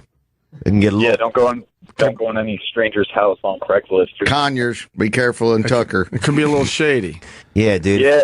So I gotta go next to Tucker. All right. Thank you, buddy. Thanks, Jay. Hey, thanks, guys. All right. So when you did the seminar and then you decided to go like one-on-one, you went to this lady's apartment on the Upper East. Was she good looking? Like, take us through that. You go to her door and then she opens up. What's up? Well, we talked about it on Facebook, and then because I'm in the OWN meetup group for New York now, and then I went inside. She had they have a thing called a nest that's set up. It's a couple of pillows and a blankets. It's exactly the same every time you do it with someone. And so she lays down, takes off the pants and everything. But do you guys have small talk when you arrive? Yeah. Hey, how's it going? How's everything? Cool. Do you want some water? I'm okay. Wow. And then you sit down, beans out. That's crazy. And then you start practicing. There's a timer set that they use, a specific timer you download, and they use it, and then you're just focused. Like a kitchen timer? Yeah. Really? Eggs are ready. Yeah. So then does she take off all her clothes or just her? No, all the way, yeah. Panties and everything. So it's kind of freeing in that sense because... Does she ask you to get more comfortable? For the visual? No, no, dude. See, no, it's like, that's no, you're right. I'm sorry. I shouldn't be lambasting you about it. I wasn't even going for the joke. I was going more for I would assume I make it as comfortable as possible. If she's naked, I don't know. I would think she would go, well, why don't you get a little more comfortable too? Well, I'm sitting across her body. So she's laying down. I'm sitting with one of my legs across her, facing her legs. So I'm literally, I don't even really see her the whole time. I'm just focused on the vaginal area and what's going on there. Right. You know, you're really you're in there. There you go. Wow. And then 15 minutes should be plenty long enough too, right? Yeah. I mean, you start to know exactly what's going on, dude. I mean, it's like, you're like, Siegfried and Roy or whoever's a good band. Who's like a good guitarist? well, it would be Jimmy Page. Yeah, you're like Jimmy Page. Sure. Oh yeah, Siegfried and Roy's a magic guy. I was going to say, right, it's a tiger biting head. Yeah, my bad. You don't want a tiger biting a vagina. Yeah, that's true. That would Roy. be bad. Yeah. Roy got shook. Roy did. Yeah, I think it was Roy. Oh, there you go. Right there. That's it. That's what you're doing. Oh, see, he's a crosser, like you said. So that's the position. Yeah, that's the position. Okay, so you're pretty much on her side with your left leg over her abdomen. Yep, exactly. And then her right leg is over your right leg, and then you're leaning forward and you're getting in there. He looks like he's finger popping a little bit, though. Yeah, that guy looks pretty Italian too. To be honest with you, you're not allowed. There's certain ethnic groups that are not allowed to participate. I mean, everybody can do it, but those Italians they start. That's where it gets up to the line. It's a little squirrely. They always try to bring their buddies. So did the lady on the Upper East Side get off? I felt like she did. But she didn't make it very obvious? You don't really ask. You don't? Mm-mm. So then the timer goes off. Then what happens? At 13 minutes, there's like a certain different kind of pressure that you do. This really sounds pretty insane, I guess. And then after that 2 minutes, which is 15 total, then you're done. And that's it. You sit up and you share a couple of moments that happened while you were sitting there. She'll be like, oh, I felt kind of wild or dizzy or some sort of term. And then you share I felt like my back hurt or I was feeling uncomfortable or I felt peaceful. And then that's it. I felt like my pants were getting a little tight in front. Peaceful. Right. One lady's dog kept barking. This lady I went to the whole time was pretty. Yeah. That was a distraction for everyone, huh? Yeah, it's hectic. So you got to deal with the elements sometimes, but they teach you to focus. You know, I mean, I could get a lady off next to a kennel now. and then she's like, all right, thanks. And you're out of there. Yeah. And that's it. And then maybe you see her on Facebook. Yeah. Or we'll meet up and do it again if it's, if I'm in that area and if we both can make the time. You're gonna be in demand. Oh, you start getting good, man. Well, yeah. I would hope. Let me. I knew this was coming. Let's say hi to Rick in Jersey. Go ahead, Rick. Tell me, does he have to wear a mask and a costume like Tom Cruise in Eyes Wide Shut when he takes these classes? This cuckold and joke boy? You don't believe this is true? I think it's all in his mind. I think he wants this to happen. I think he wants these classes to go on. Well, bro, no. Liar. This is fantasy. Liar. I don't feel like Theo Von's lying. No. I don't whatsoever. All right. Thank you, Rick. Especially because you had the lady on your podcast. Yeah, no, and I respect that. I mean, look, bro, get out there and do it. It's there for the taking, dude. They're doing it on the internet. You got a clip there, Paul, that we can play? Well, it's more of, you don't really have to hear it, but this is him performing grounding pressure. Yep, that's grounding pressure. CPR. See, he knows the names. Yep, you apply that. It was informative. Here, she can take a lot more than you expect. So he's giving her very, very, very firm pressure. She's cute. It was informative, and I think I was sweating a lot by the end. I was like, my mom is going to see this. We'll close up in the way we personally close up our ohms. So every single time after I have an ohm, I do this. And it's called giving a frame. And a frame is a sensory snapshot. So it's a single moment that you felt something in your own body. Look at that Italian. I noticed the way that your hand was just touching his leg. So your left hand would just rub his shin in moments of gratitude, and I just felt just trust. It felt for me. Oh, this shit's pretty gay right here. Warm. Well, she's ready to cry. I mean, don't bring her. Beautiful frame. Beautiful. That's a beautiful frame. I saw the exact and felt the exact same thing. So I noticed this. See, he's trying to get laid now. You see that? Really, just kind of caught me for a second. Oh, they're not being honest with their frame. I can't even in comfort and understand. security. She's to be able to do this in front of us, in front of other people. When I was 25, I was told by a therapist I was anorgasmic, meaning I couldn't climax. As a woman, if I have to go through my life not enjoying sex, she's not wearing any underpants. No, I see so that. in my first ohm, I felt this one moment of electricity, and I thought, that's what it means to be a woman. To feel that open and that comfortable and that safe with another human being. And I remember sitting up and looking at my partner and saying to him, I don't know what that just was. This is a Hillary support video all of a sudden. I can't even deal with this now. I'm with her. Yeah. Vagina. Touching my vagina feels good. Oh, God. All right. But it's real, man. Well, yeah, we're finding videos all over the place. You're going to get laid for 5 years in a row now. You know this. No, he's not getting laid. Have you gotten laid once through this? When the practice was over? I don't mean through this. I don't mean through this. I haven't gotten laid once through this. And you have no desire to, or? Nope, it doesn't. No, but it helps me, because if you've already gotten a gal off, then when I see a girl out in public, I meet a girl for the first time, I don't have that look in my eyes like a sweaty dog, you know? I got you. I got that look in me look, I just got a broad off that I don't even know. I got this shit. Yeah, so I got this. I got this. I'm getting 3 girls off tomorrow afternoon, you know? Right. Right after lunch, you know? So in your mind, you start to carry that in your brain, and women can see that, and they can sense that energy, that cheesemo. You got any set up for today or tomorrow? But I'll do some soon, man. I'm going to set some up, I think, for Wednesday morning. I am. We believe you. He's telling the truth. And there's Deepak Chopra. He got into this. He explained this. Well, of course Paul's he would. making fucking shitty faces over there. Paul, why? Okay. Well, what's your thought on the whole thing? I don't know. Do you want? Seems like a bunch of weirdos in a circle doing this. Do you want in on this? Do you want to give it a try? I'll go with Theo for one. It's right. See, look, now all of a sudden he's in. He's in for a little frickin' womb hockey. I think I want to be in the back of the room. Oh, dude, no, I was like, hey, look. No, he wants to. I'm not bringing a bunch of sausage to the party, bro. Right. I got to check this out. Can I be in the back of the room? I'm trying to. Huh? Liberace, huh?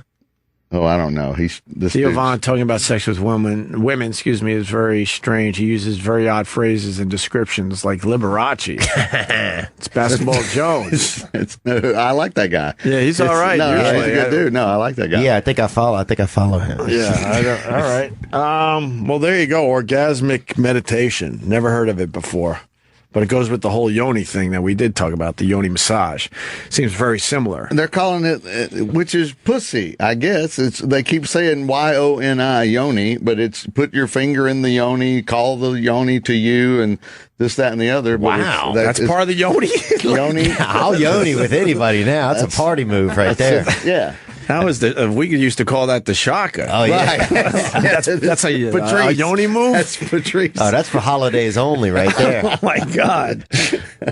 That's a Christmas move right there, one brother. in the pink, one in the stink. Yeah, one in the poo, two in the goo, or whatever. We went pink and stink. They were always one in the baby hole, two in the maybe hole. I never heard that one. Yeah, it's one in the baby hole, two. That's pretty cute. That. I'm sure I'm running it. Well, I guess the guys have an excuse out there now that they're not cheating on their wives. They're participating in therapy. Yeah, orgasmic meditation. Well, there's probably squirrelier stuff going on out there than that. Do you think? Oh yeah. For sure. There's people wearing masks and have machetes out, waving them around. I'm sure in pirate costumes. This was the third least squirrely story that you told this morning. Yeah. He's a young man. He's living life. He's out there. He's on the edge. He's from Louisiana. He's crazy. Yeah, I mean, you're living your life. I'm trying, man. I'm doing my best, and I think it helps me to relax. It helps me to sit there and focus, and also it helps you not have anxiety around women because then you just start to have more control. And go ahead, Vic. You've been married? You're not married? Oh, they said molested. No, you've been married. Nope. No girl, long-term live with somebody. No long-term woman. Nothing. I used to stay with this girl for a while, but stay. I like that's a very southern. Her mom kicked me out. I used to pee in the sink at night, and they had some cats that started peeing in the sink because you did. Yeah, seriously. Yep. Why did you pee in the sink? It was just the easiest thing. Yeah, I was just going through some things, and I was just kind of tired in the evening. and the girl's mom busted me. Did she see you doing it, or she just knew? She knew because the cats were doing it. Oh, and then you fessed up. Wow. Yeah. Where was that? Down in Louisiana. I was going to say, Lafayette, Lake Charles. It was down in New Orleans. She might have been an alcoholic. All right. Yeah. See. Are you researching anything else like this orgasmic meditation? No, I'm into learning. I'm going to keep my mind open to some other stuff, that people talk about and like what? Anything? I don't know. I mean, I didn't think that this existed. Right. Yeah. There's naked yoga I'm considering going to. There's a naked yoga class here in New York. Same thing, maybe some sort of similar. Nobody's touching each other. You're just naked for the yoga. I think you're just naked for the yoga, but I'll try it. I mean, I just want to. That could be pretty good. Yeah, I was trying to expand my horizons. It's not a lot of people from Louisiana ever say that. Yeah, I'm glad that you're branching out and trying to help everybody, get outside their bodies, their from comfort zone. Exactly. Very cool. All right. If you want to call about this, Sandy Kane's checking in. Sandy. Hey, bitch, how you doing? Hey, what's up? Hey, honey, baby. I love Sandy Kane. Do you know Sandy Kane? No. She's the naked cowgirl in Times Square. Oh, wow. Okay, I've seen her. She's been doing our show forever, and she sued me. How many times you sued me over the years, Sandy? Well, yeah. Hey, with all the good shit we've done, don't think about that because that was something. Because I was angry, I was. Sandy, I'm totally cool with it. I just want to let Theo know. So I just want you to know that sometimes people get fucked up and angry. So and that was my defense and everything. And I still love you. You put me with Sean Baker because he asked for my number. You gave it to him. We just did a movie in Kissimmee, Florida, right next to Orlando, and I wanted to come up and tell you guys about the movie because I think it's going to be a big hit. And I thank you for you gave him my number. Yes. Well, there you go. Well, yeah, come on up and say hi to us. You around today or later this week? Could we maybe next Monday? Okay, yeah, let's try to figure it out. Okay, because I just got back, and Sean loves you, man. And we did a pool scene. I was naked, by the way, in the movie, you know. So I go naked with what's his name, Willem Dafoe. Dafoe. You know, he's like a hit guy. He did Platoon and everything. Yeah, we know William Dafoe. Willem, right? Willem Dafoe. Yeah, Willem in the motherfucking house. You gotta pronounce his name right. Right. So we were like really, it was really fucking hot. I mean, it was really. Thank you, Opie. The fucking.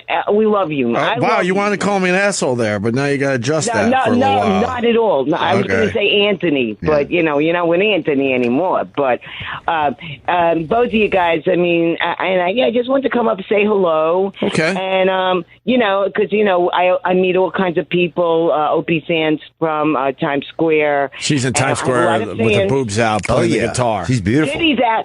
And City's I out. went totally. I don't show my nipple. I showed my nipple. Hello? He said, take it the fuck off. Right, so I had my pasties on. Yeah. Take it the fuck off, bitch. So Sean Baker's great. Okay. And Chris Bergash. And I did a new song I wanted to sing. It's called Kiss Me and Kissimmee. Oh. Kiss my vagina. Yeah, we could do that. I don't know what that is. How's Twatto doing these days? Twatto, man, it was not shown. I wanted to show Twatto, but that's on her. That's the next movie. Because Sean did it's Tangerine. He had a movie called Tangerine. Do you know that movie? Is that an Isthmus? Is that the one that was filmed on the iPhones? Yes. Yeah. With two trannies. With a bunch of trannies. It was a pretty good flick. I hear it was great, and wasn't bad. His new movie though has funding. He's got money behind it. Yeah. And we did a great. I think it's going to be really a great movie. I don't want to tell you about it. Willem did not go bottomless, but we had some scenes. So I'm a fucking actress now. I'm an actress. Yeah. Oh yeah. You want fucking actress, man, bitch. I want I don't know, man. Would you give her some orgasmic meditation there, Theo Von? I've probably spent time with women similar to her. I would. I'd give it a try. Theo Von is into orgasmic meditation these days. Wow. Where they play with your I got to keep it professional, but they diddle your twat for 15 minutes. Just 15. Yes. 15. At 13 minutes, the timer goes off, and you have 2 minutes left. 2 minutes of downtime. 2 minute warning. 2 minute warning, man. 2 minute warning. The hurry up offense comes into play. How long does it usually take you to end up reaching climax? If you don't mind if I ask, ma'am. Me? Depends on the man. Right, but now what if the man is just using stimulation with his hands? Yeah, right. Depends. Like sometimes it could last a long time, and you start screaming and shit. Yeah, but just give me a ballpark and we throw a number out of your face with your brain. Okay, to be it depends. For the last man, like it was a good 30 seconds. So you're ready, huh? You're hair trigger. That was it's long, like, and it goes through shit. It's like you hit a little Buddy Ebsen there at the end. Barnaby Jones. Most men cannot bring you to orgasm, so maybe this thing sounds good. Oh, look, honey, I can get you there. Yeah, Theo is pretty confident about it. There, bitch. He sounds Southern. What are you, Southern? He is. He's from Louisiana. Yeah. Yeah, baby. Very good. Yeah. Okay, so those Southern guys can't make love too good, but we'll see. All right. Yeah, you're right. No, I beg to differ. Just, my two Nashville men, they didn't know how to eat pussy. Can you say that on Opie Radio? I guess you can, yeah. Okay, good. But I'm just saying, a lot of times women like that, Right. Yeah, I'm with her. All right, Santa, you come up and see us soon, all right? So when can I come? What? In 30 seconds.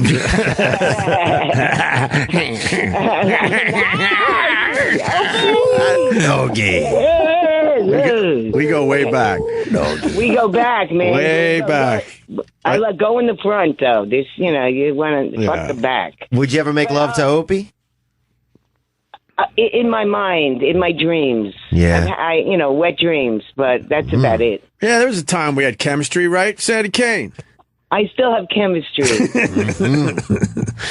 You might not have it for me, bitch, but I have it still for you. I think you're amazing. I love man. her. Wonderful.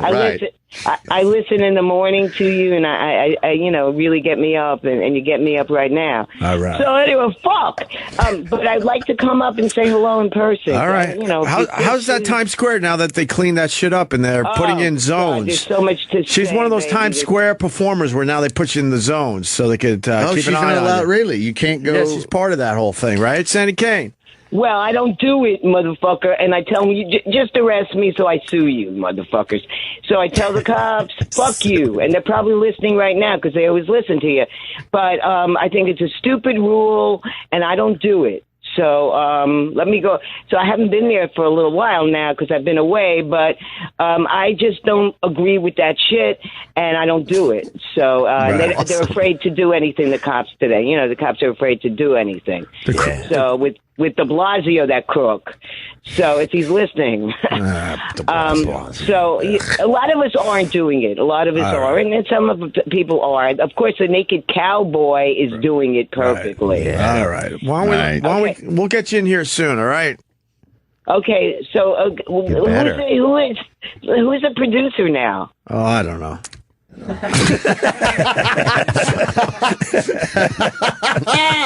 I believe we lost the producer with the flood. I would answer with Travis. Would I was going to say Travis would probably be the most. He doesn't officially have the title. Eric's probably. Oh wait, no, Eric. You should probably get in touch with. All right, yeah, you got to get in touch with Eric. You're right. Eric's definitely in charge. Yeah, Eric runs the show. I forgot. Right, he's in charge of everything. Eric Nagel is in charge. He's the president of Sirius. Yes. Eric fucking Nagel? Yes. Eric fucking Nagel. Eric fucking Nagel. Fuck Greenstein. Eric fucking Nagel. Eric fucking Nagel. That's right. In the fucking house. But, okay, so I know you drained me, but don't you want to see me, man? Hey, there you go. Yeah, I want to see you. Don't you want to see me, man? You know? I want to see Theo Von do some of that meditation on you, too. Because if it's not sexual, then you would do it, right? Yeah, I think I would consider doing it, or we could get somebody in who's a professional and really have them do it. Always go in the toilet with Sandy Kane. But I got this. What do you mean? No, this is orgasmic meditation. If you want in, you come down, and Theo's going to do this today. I don't need another orgasm. I need a hit movie, and I wanted to talk to you about Sean Baker, who's a big fan of yours, and he's heard me a million times on your show, and that's why I'm in the movie because of you. Awesome. And I just want you to know, you're a part of this fucking movie. I'm doing a pool scene, the singing "Kiss Me" and "Kissimmee," and he comes over and he says, "Hey, Sandy, let's do Opie," and I think I'm sure that'll be cut out of the movie, but I wonder if that made the film. You guys small talking over some carrot wedges. He's a real good-looking guy. I just want you to know he's a really hottie. He's all right. So all right. He's like he loves you, man. Okay. Man, motherfucker. All right. Wow. Kane, we'll have you in soon. I promise. We'll figure it out. All right. Okay. So I'll see you next Monday. Sounds good. Let's book Monday. Okay, Monday in the fucking house. I'll Monday be there. in the motherfucking house. All right. Yeah, baby. All right, Sandy Kane. Thank you. Okay. All right. Bye-bye. Bye. We've known her forever, and one day I decided to smash her guitar while she was performing for a small group of listeners, and she got so fucking pissed at me. Well, I've known her forever. Whatever. But you busted up. Yeah, you busted up her guitar. And she wanted money for the thing. Of course she did. And I gave her money for the thing. And she never bought. That's a screenshot of it. So you are breaking. That's a screenshot of it. Well, people usually don't like it if you break their musical instrument. You got to understand, I've known this lady forever. You did the Animal House. You did the Belushi. I was going for the shock and the laugh, and then I gave her money. I don't. It doesn't make it completely okay, but I figured it was all right because I've known her forever, and I gave her money, but she was still pissed. So then she sues me and Anthony. Jeepers. So we had to go all the way down to. This used to make me laugh so hard. So it's someone I've known forever. She sues me over a dumb radio bit that in the past we've done way worse than she got over. By the way, way worse than that. We would cut her guitar strings while she was performing, dump all sorts of stuff on her head. crazy ass shit with her over the years. And then she decided that one she needed to sue. So we had to go all the way downtown, go through the whole systems, and show up in small claims court and sit there for hours. And then by the end of, not hours, maybe a couple hours though. And then the long story short, she would not show. And then instead of canceling, that's even better. Instead of dropping, that's even better. Instead of dropping our case, they would put it back on the docket, and we'd have to go back and do it again. And I would leave and come back uptown laughing my ass off. I'm like, good for fucking her. She's got us. And it gave me and Ann back in the day a day off, and which was funny. And then we did it again. I think we went down maybe 3 times. I think it was 3. And finally, the third time, they were like, all right, we got to drop this thing. She's not coming. She got you.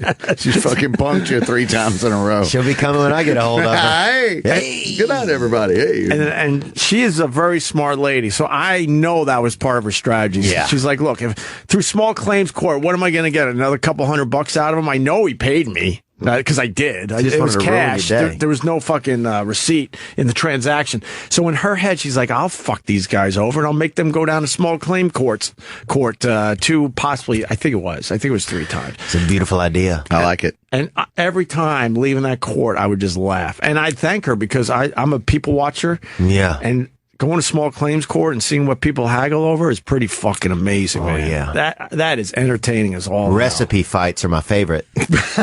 Recipe fights? People fighting over recipes, yeah. I remember I went to small claims court one time in Louisiana for some landlord thing, and they had water coming in through one of our windows, and the man said it was rain, but it wasn't rain, it was just water.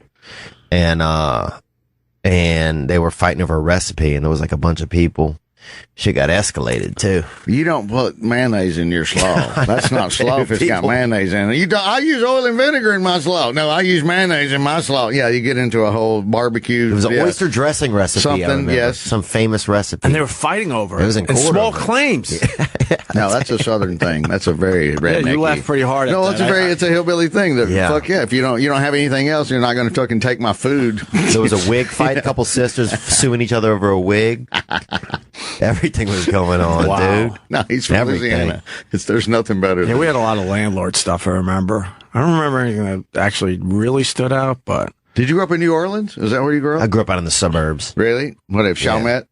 Covington. Covington, Louisiana. They just busted a man. I told you about the hamster bones, that guy? I think vaguely. Yeah, they busted a man in our town with a 30-pound bag of hamster bones on him. What? Why would you bust a guy for that? I don't care why they would.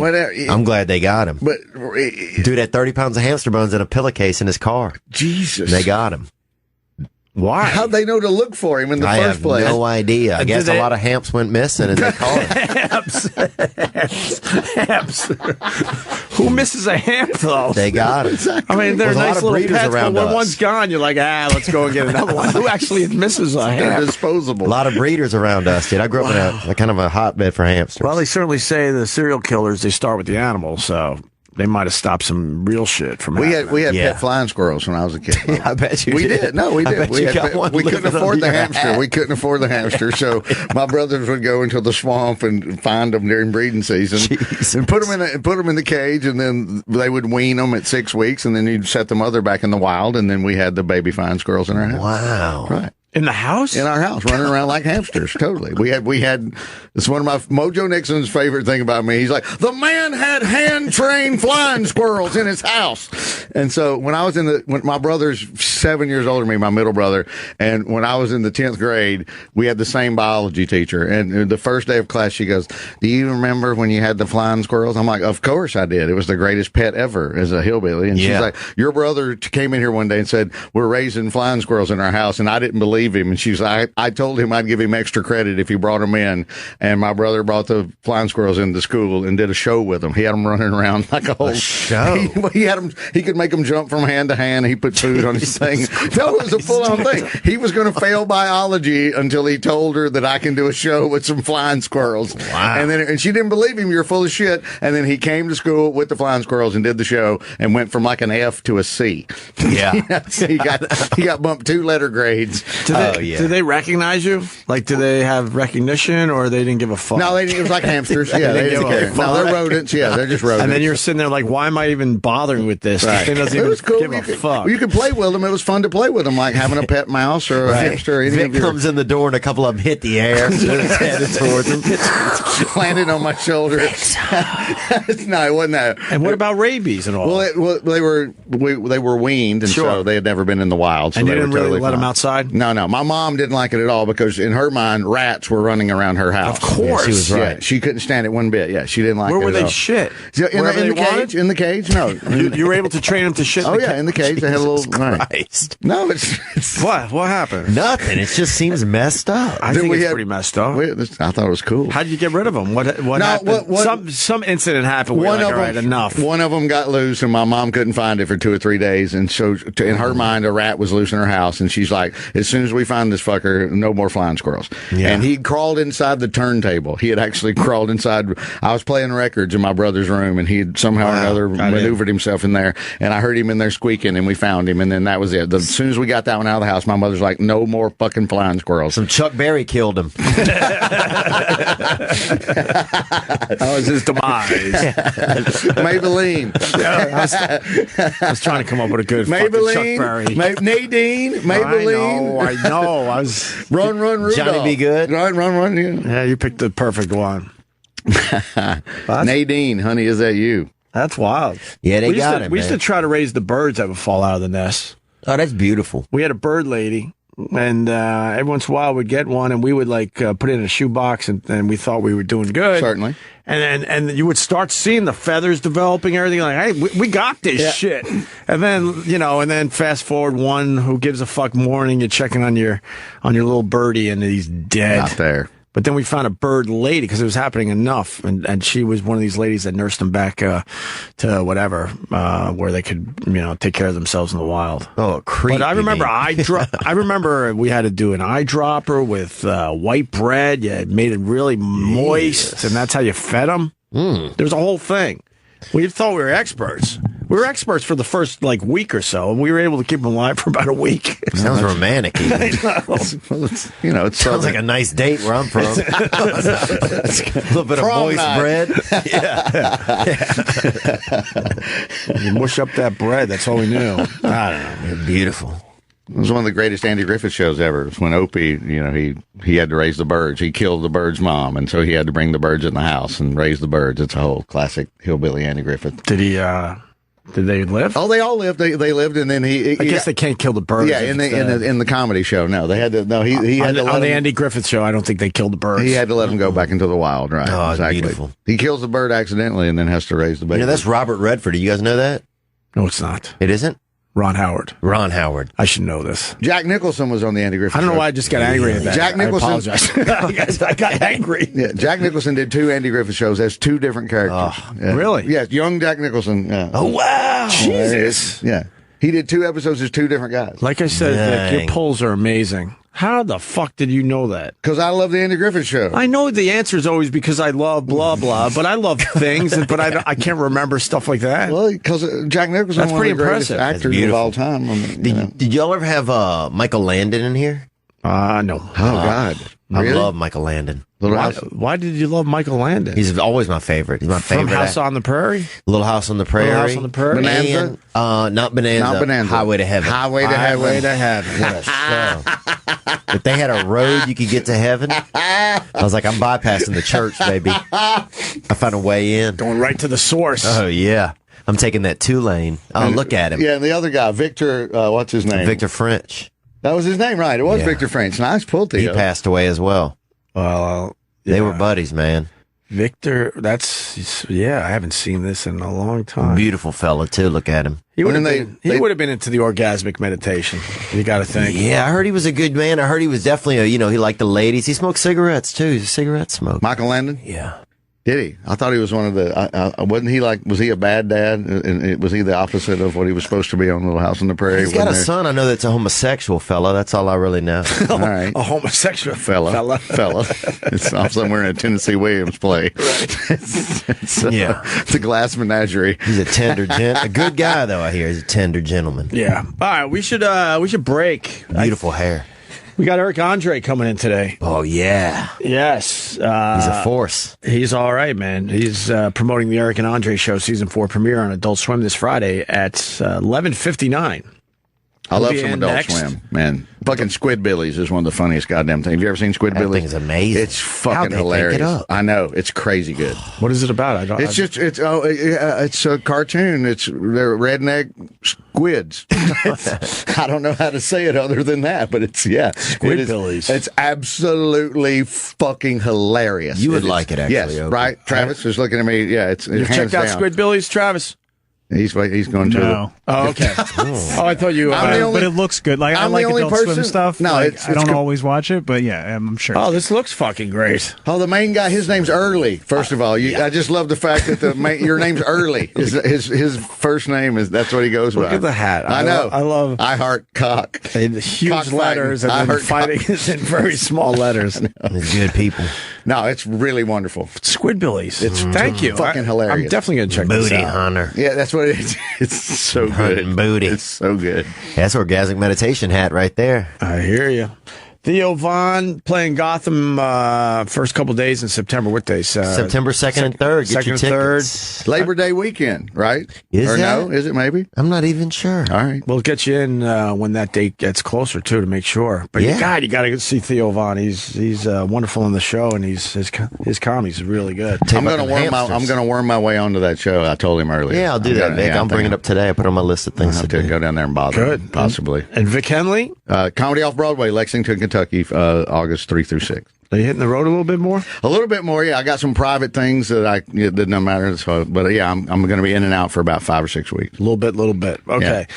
When we come back, Eric Andre joins the show, and maybe Jim Norton. He was in Montreal for the Montreal Comedy Festival. He landed maybe a half hour ago, but then he has to go through customs and then maybe deal with some traffic coming into New York. So he might pop in and say hi. But he'll do it. That's his thing. Right. I would half-ass it and not show up. Norton is always good for that. God, if I have a hangnail, guys, I got to take a day.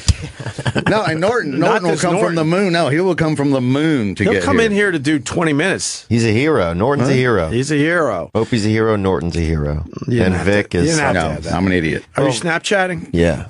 It was nice you added that on your Snapchat for me. Thank you. We're gonna continue with Vic Henley, Theo Von, Eric Andre, and possibly Jim Norton stopping to say hi.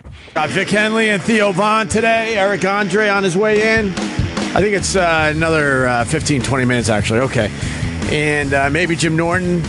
His plane has landed, so now he's going through customs and dealing with all that crap. I bet you he comes in and says hi today. 16 killed in hot air balloon over the weekend in Texas. I've never had the desire to do that. It just seems way too, dare I say, willy-nilly. Yeah. Everything's big in Texas. Any other state, it would have been 8. Yeah, they shoved 16 people in there. It's very, very sad, obviously. I guess they're saying that it hit some power lines. I don't know, man. Would you jump out? At what point would you jump out? At one point, you got to go, all right, I got to hope I can make this now. Yes. I bet you people jumped out, right? Yeah, I think so. How high up were they? Do we know anything about this, Paul? Got anything? I just didn't feel like reading the details over the weekend because it just sounds horrific. Yeah. Nothing good came out of this. A lot of people do it, though. A lot of people do the hot air balloon. When I was living in Western New York, you would see them because there's a lot of open shit up there. But it's not like a mode of transportation out there, is it? God, no. A lot of times they're tethered. But then people got bored with it being tethered and want some action. So some action. So they'll float across the fields for a while and then come on down. Let's let daddy loose. Right. They had one in Central Park. You could take a hot air balloon one summer. Oh, that's kind of cool. And they never brought it back. I would imagine because the insurance was horrendous. But it was basically tethered. You got in and they brought you up, not even that high, but It looked kind of impressive. You would get a nice picture of the skyline, and then they would bring you back down. But it didn't float around all willy fucking nilly. I'll say it again. it's freelance out there. Fuck that. Did you have a desire to ever do any of that? I don't know. Well, a long time ago, I used to do this show called Road Rules, and we did some crazy events like You don't think people know the name Road Rules? You think it's getting that old at this point? It's getting old. Getting old. I mean, it was 14 years ago. You know, it was. That's how I was first introduced to good old Theo Von. I used to watch. Oh yeah? Yeah, I was a Road Rules fan for a while. Oh, there you go. I didn't know that, I was a Real World fan, and then I rolled into some Road Rules for a while. I never got into that other thing where they compete. Yeah, the games or whatever. That got a challenge. That's when I realized I was getting a little old. But I was in for Road Rules. Yeah, Road Rules fun, man. I'll bet they start playing some more of those Road Rules on MTV Classic now. Yes, because I know they're doing real world marathons, so I bet they pull out some of those real old. That's the last thing I want. Your young self is going to be back on TV, Theo.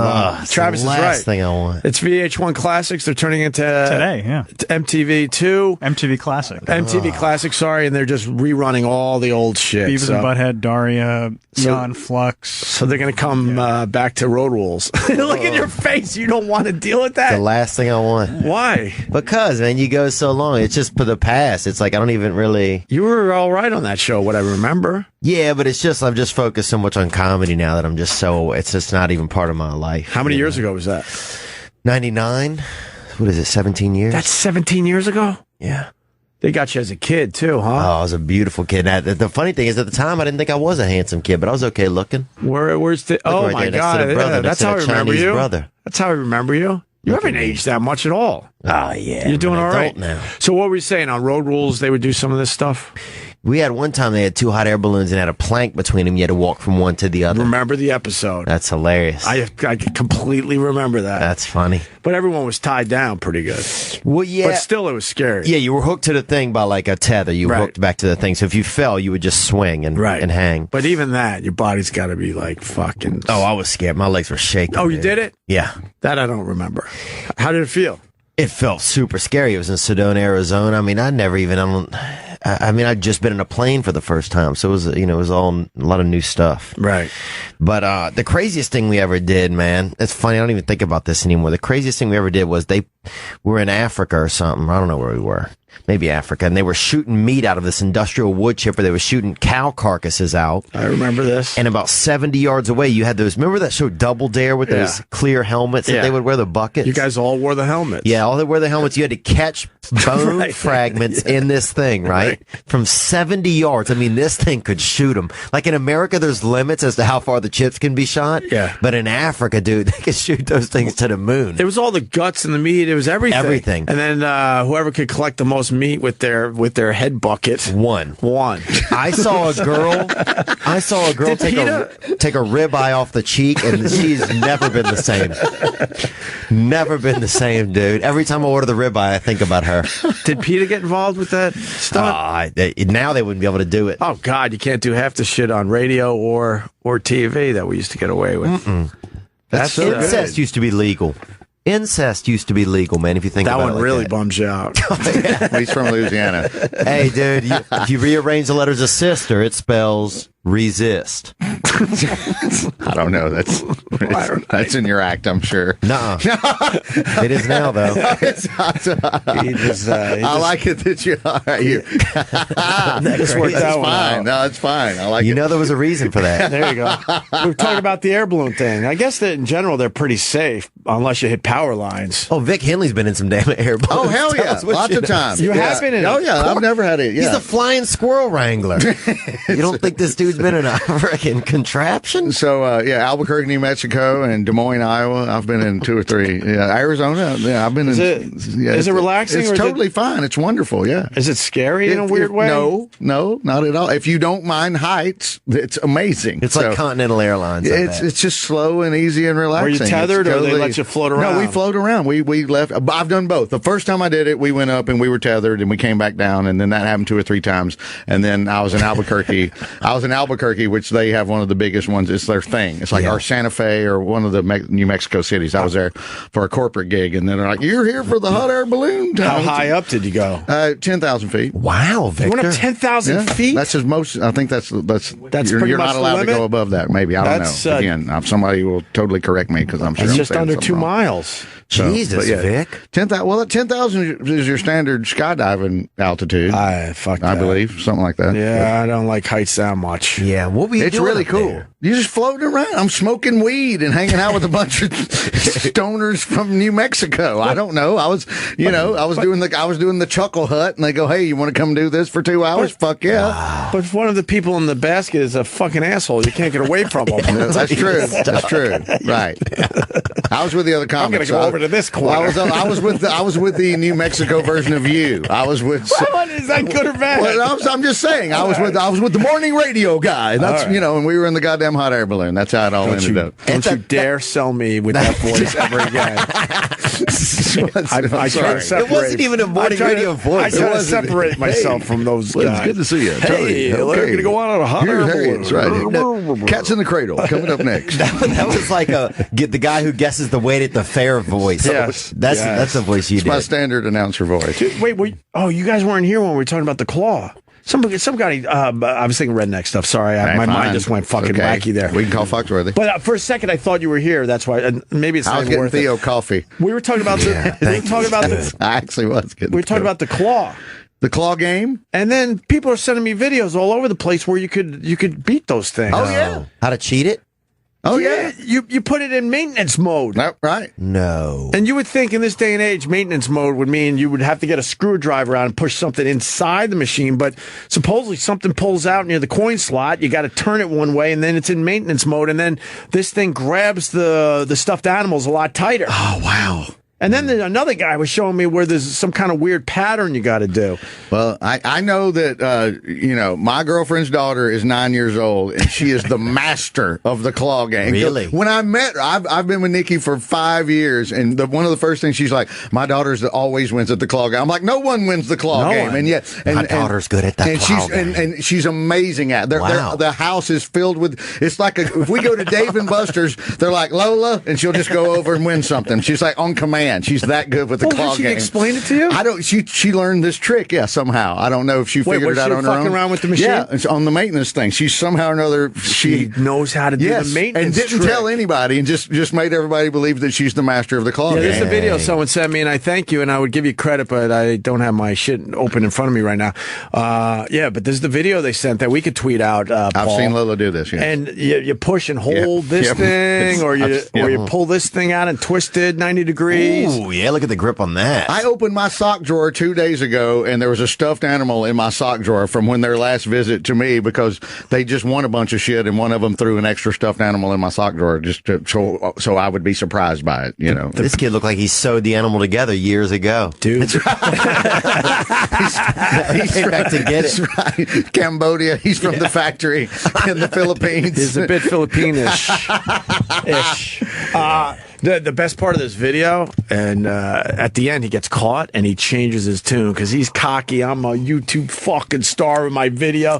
And then this guy, he's probably making minimum wage, comes up to him and goes, dude, you can't do that. And he changes his entire tune. You gotta back up, because what a seller. It might be worth playing.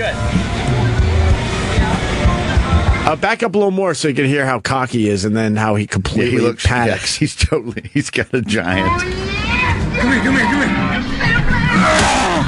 Wow. There you go. That's how you win this game. And then he does some dancing, so we're gonna do another crane machine. Like the beginning, all you want to do is go over here, touch this for 3 seconds, and you should be good.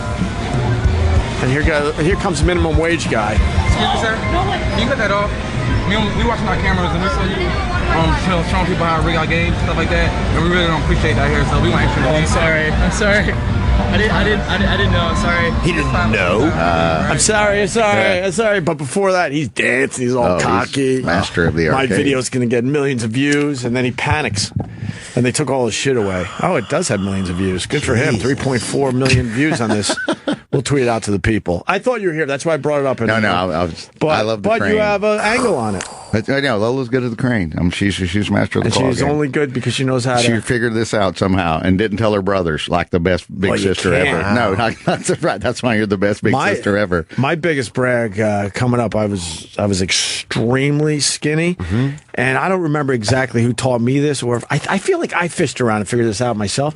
I would get free sodas. I thought I was the man in high school, and people would line up and ask me, and I would get them sodas, and I even figured out I could get whatever one they wanted. Oh, wow. You put your arm all the way up. No, I'd only heard about this. I had never seen this. Vet. Yeah, but they've changed the machines. But you would go up where the soda comes out. You would fuck up your arm, even though it was thin. You had to go around some shit. You didn't know if you were going to get electrocuted. Around some No, it was some wiry. Really? You never saw things. this? Yeah, I've seen this. And my wrist would be all fucking red and all sorts of fucked up. But I was the man. People they got around school that I could get free sodas. And then there was a button, and all you had to do was push that fucking button, and the soda would come out. Oh, there's a button in there. But then you had to take your whole arm out so the soda could fall out. Damn. Oh yeah, man! After basketball practice, the people would line up because people were like, "There's no way this is true," and I'm like, "Oh, really? Yeah, Watch this. watch this." Watch the It maestro. wasn't easy though, man. It fucking hurt, and you would get scared because you would have to get your entire elbow in this thing, and sometimes you felt like, fuck, my arm is going to be stuck in here." Well, that's not in it. The machine that they're showing the video on right now is not even. Dude, you were this doing is old so school. many fucking years ago. You got to go back to some you were ancient going machines. Super old school where there was two slots at the Ancient. bottom. Two Yes. slots at the bottom. Yes. So that's why it makes it extra weird that you could actually feel around in there and then go, they oh, put wait, that- there's Dr. Pepper. Wait, I want Mountain Dew. And you can fucking feel it somehow. And then they would put that plastic thing so you couldn't get your arm up because that would get caught. Yep. And then that was a bad day. I was bummed. You came back for junior year and everything had changed. It was my thing, man. You can't fuck up my Took it away thing. from him, right? He's no longer prom king. He's got no circulation in one of his arms. I got- one arm's one's longer than the other one. I only had one thing, man. Fucking all the ladies are like, look what he can do. That stupid Free plastic Coke. flap. Free Cokes, baby. The plastic flap fucked up my world. That was your orgasmic meditation right there. There you go. Taking it But back. I was reminded by that because of the claw video with the cheating. There's nothing better than when you figure some shit out, right? It's wonderful. And they got the lobster ones now. You seen the ones where you can get the lobster out of there? Yes. No. It's the claw where you can win the lobster and they'll cook it for you wherever you are. Seriously? Wait, I've seen it where it's a guarantee. You're picking your lobster that way. And in other places, it's like you have to win it. Oh, you're winning it. You got to win it, yeah. You know what? I don't know if I think I've only seen videos of this. I felt like I've seen it in a restaurant, but maybe not. Oh, well, yeah, look at her. Oh my god, I got it. I got it. Chris, I got it. She's got it. He's wiggling. It's staying. It's staying. It's staying. It's staying. All right, yeah, She's tweak not going to this get it. out. She's not going to get it. Oh my god, I got it. I got it. I got it. She's not going to get it. Watch. She got it. It's coming over. Wow. I'm gonna claim my pride. Man, that place looks like a place you don't want them cooking up a lobster. No, you don't Yeah. take it out, though. Right. That looks like a library. shitty fucking place. Oh, look, it's locked. No, it's not. Yeah, I've seen this. I've seen just videos of this. That's pretty cool. You're gonna make a lot of money off your lobsters. Have you had the lobster roll? Have you ever had a lobster roll? No, you haven't? It's delicious. It's a New England thing. You should have a lobster roll. You've never had a lobster roll? Oh. You've had crawfish, though. I mean, Yeah, I've you've had had crawfish. right? Crawfish etouffee. I've had kangaroo. I've had pony. Pony. We talked about horse last week. Oh, yeah, did you really? I've had pony before. Does it taste good? I'm trying to remember. Tastes like a kid's birthday party, I think. Pretty much. Tastes all right. Tasted like a beef, I think. A little bit. Yeah, I had it at a wedding. A little gamey? Yeah, it was homemade. I mean, it was homegrown, It was their own pony. It was good. It was a little gamey, yeah. at a wedding. I don't like gaming. They just shit. brought out some. I mean, look, dude. Here's some, whatever, and then here's some pony. Yeah, they brought out what they had, brother. Wow, that pony. You like a little gamey. I can eat some. I've eaten a bunch of crazy stuff. You'd be a little gamey, I bet, if we grilled you up. Right. Oh, totally. Absolutely. Good Lord. What if you had to eat? What if it was a plane crash? You had to eat a person that died. What ethnicity would you go for? Ooh, I don't know. Something Mexican. I like Mexican food, so I'd probably go, I don't know, something big and fat and flavorfully, maybe a little. Yeah. You got to go with like hairless.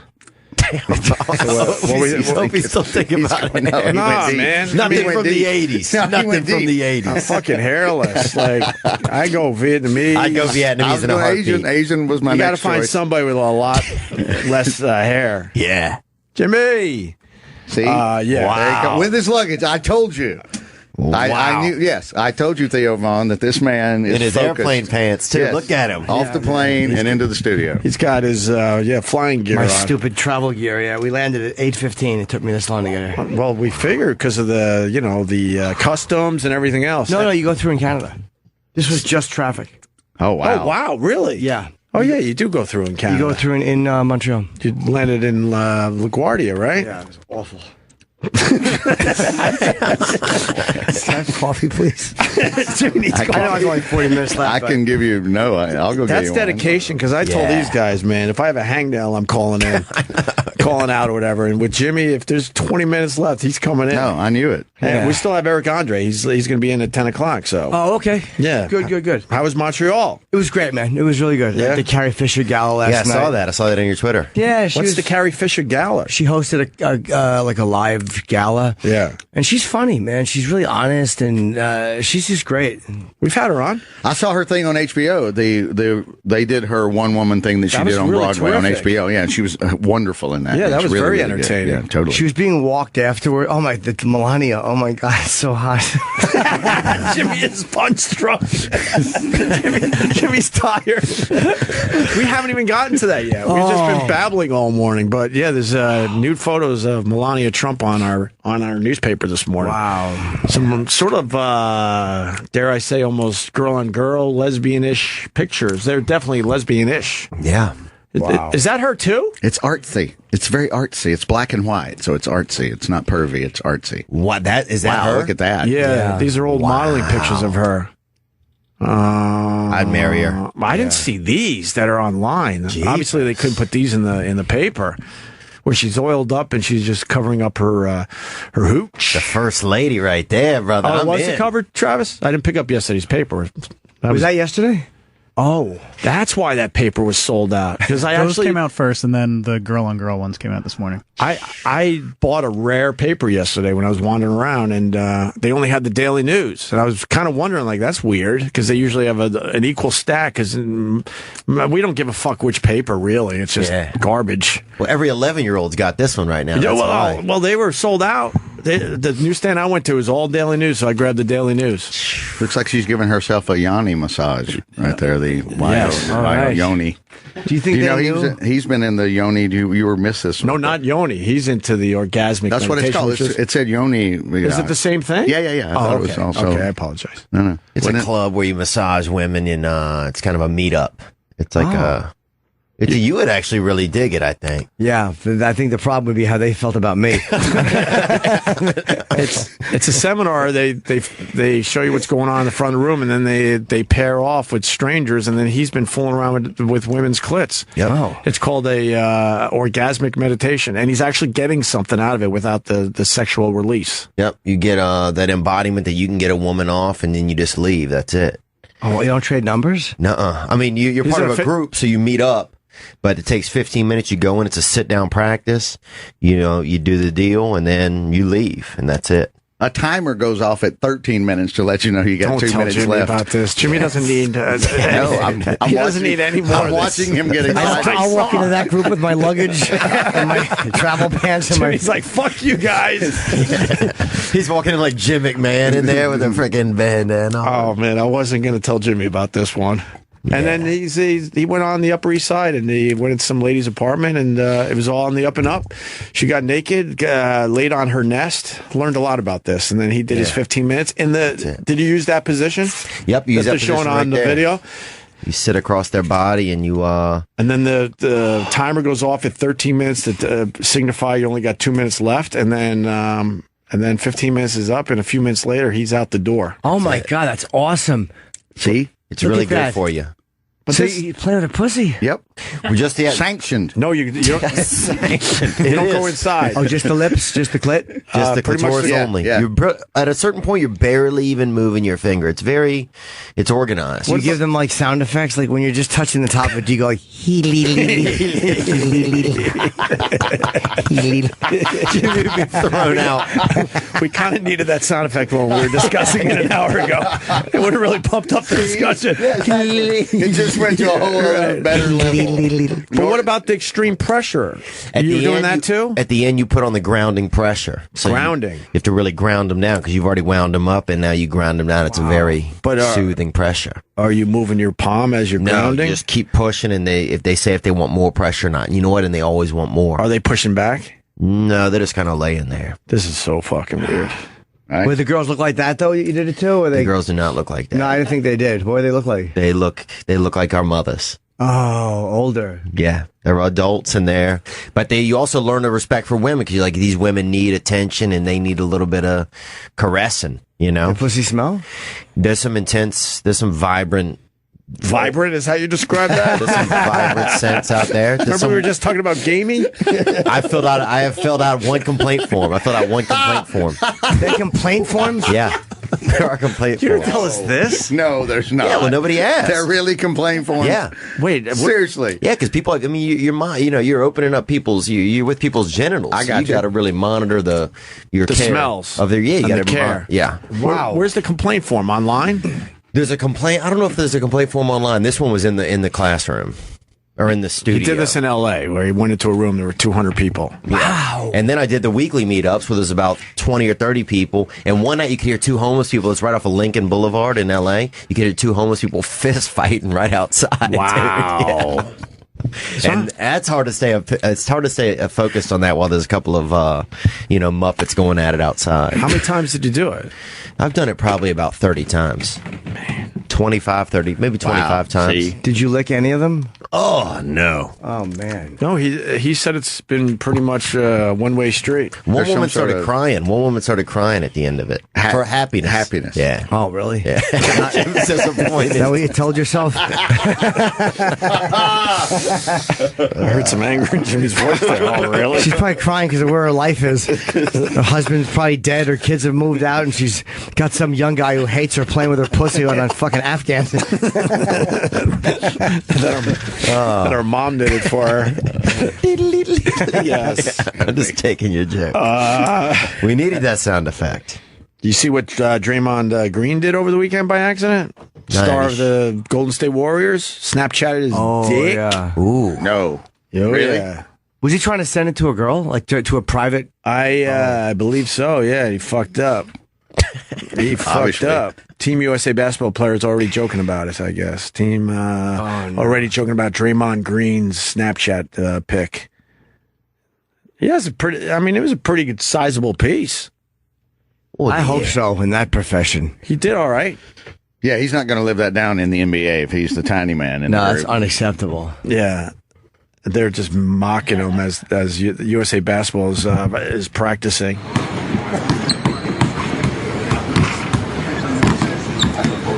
That's hard to hear, but they're all laughing and joking about it.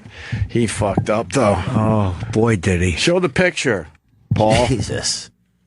Got to find it. Show Draymond Green's. Yeah, if you go to Twitter and it pops up pretty quickly. Remember when Greg Oden had his junk out there a few years ago? Yep. He had a real rope on him, that brother. Yeah. He wasn't shy one bit. Wow. Is it embarrassing if you got a rope on you? I don't think so. No, we're right. But you probably would prefer that you didn't do that, but if you know that you're all right. That's not impressive. Here's how you know. He's got the hand wrapped in the pubes, trying to give it a little bit of extra That's true. He's getting the extra He's inch. pushing the pubis down. Oh, Jimmy's an expert on this. I You're know right. that trick. You know how many girls have sent me that same shot? Wow, I got tricked because you're right. That's all pubic hair there, which means there's not much length going He's on. holding it down. Oh, right. Yeah, he was pushing everything forward. Yeah. Was he on a flight or something, Paul? Do you know offhand? Was he on a flight? I feel like you know. I don't know. I didn't read the fucking story. I just saw that it was trending, clicked on it, and then laughed. I got a buddy who's got a good penis, and he lets us use his penis as a dick pic if a girl wants it.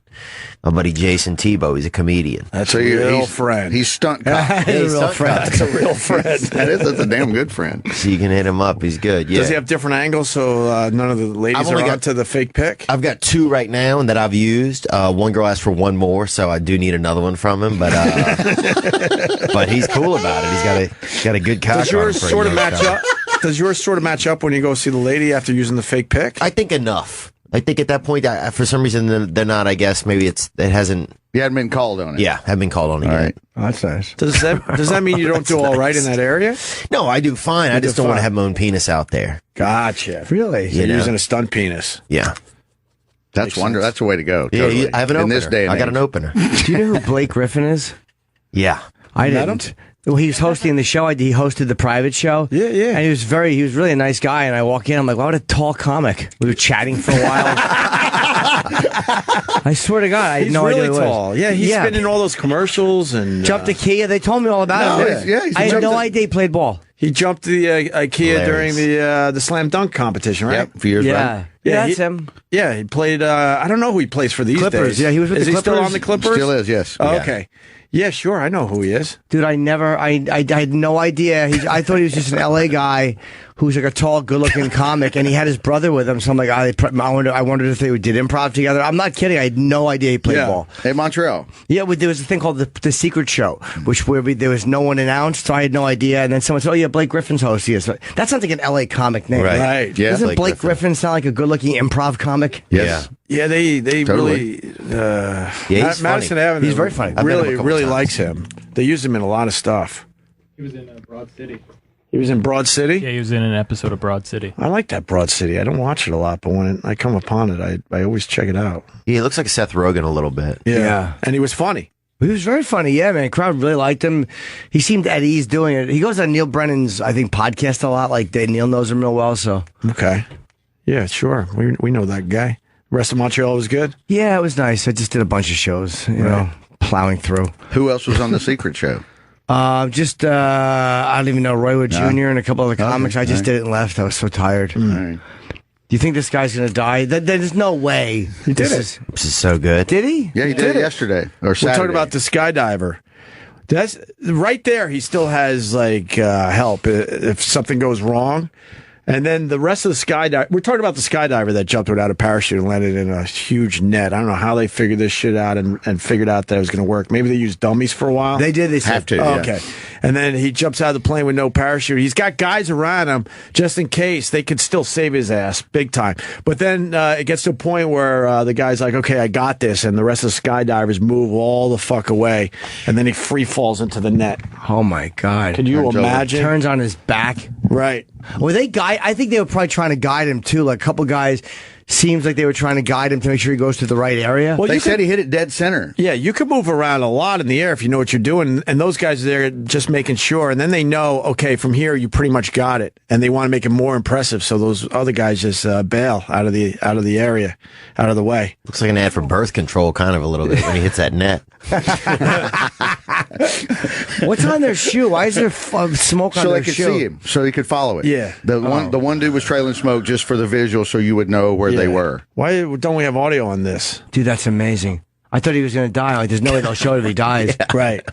I wonder if he had an actual parachute under there. I wonder too. He took it off. He took it. He was supposed to wear one at the last second, and then he said, "Fuck this! I don't need to." If he lands on it wrong on its back, then it might break his back. You see the twist at the end? He flipped over. Yeah, and he's like, okay, I obviously want to, On hit his this back. net with my back.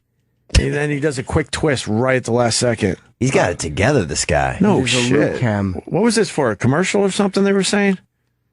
I don't know if it was for anything. It was just to do it? Yeah, I don't think it was even Red Bull affiliated or something. How big was the net? 100 feet by 100 feet, something That's like that. it? Maybe That's not big. Maybe 100 feet by 100, 30 yards by 30 yards, something like that. Maybe, but That's pretty incredible. Oh, that's his girl. Oh, he's crazy. maybe 100 yards by 100 yards, but it's 100 by 100. I thought. So when he hit the thing, it just collapsed a little bit and held him, so it didn't bounce him out. Exactly. Yeah, they Beautiful, like a family. That you say the net was big, but man, from his vantage point, that must have been terrifying. But these guys don't have that in them. They don't get scared or something. He jumped 18,000 times or something in the 30 years he's been doing this. It's literally, his wife's done 2,000 jumps. It's a whole, that's what they do. They're Lazy skydivers. She's the only half-asser. Yeah. So they got it down. The one that horrifies me, that doesn't even horrify me as much as, you've seen the guy that jumps on the building from one section to one, that thing, Dana White tweeted I get it. Who did? I saw Dana's tweet. That's how I saw it. It's very horrifying. It's been around for a little while. It's like little triangles, and he jumps from triangle to triangle. No, I haven't seen that. Gives me such anxiety when I watch it. Well, the one you showed me of you and the guy in the Chrysler building scared me to death. Oh, well, that you know, and that's nothing. But it's also equally terrifying. I thought I was watching a guy kill himself. Right. By accident, because I've said this many times over the years, but it's very shiny metal, just looks slippery. And jumping, that was no. Oh well, I guess that is a big deal because of. Look, he's going from ledge to ledge. Oh, this isn't the one I'm talking about.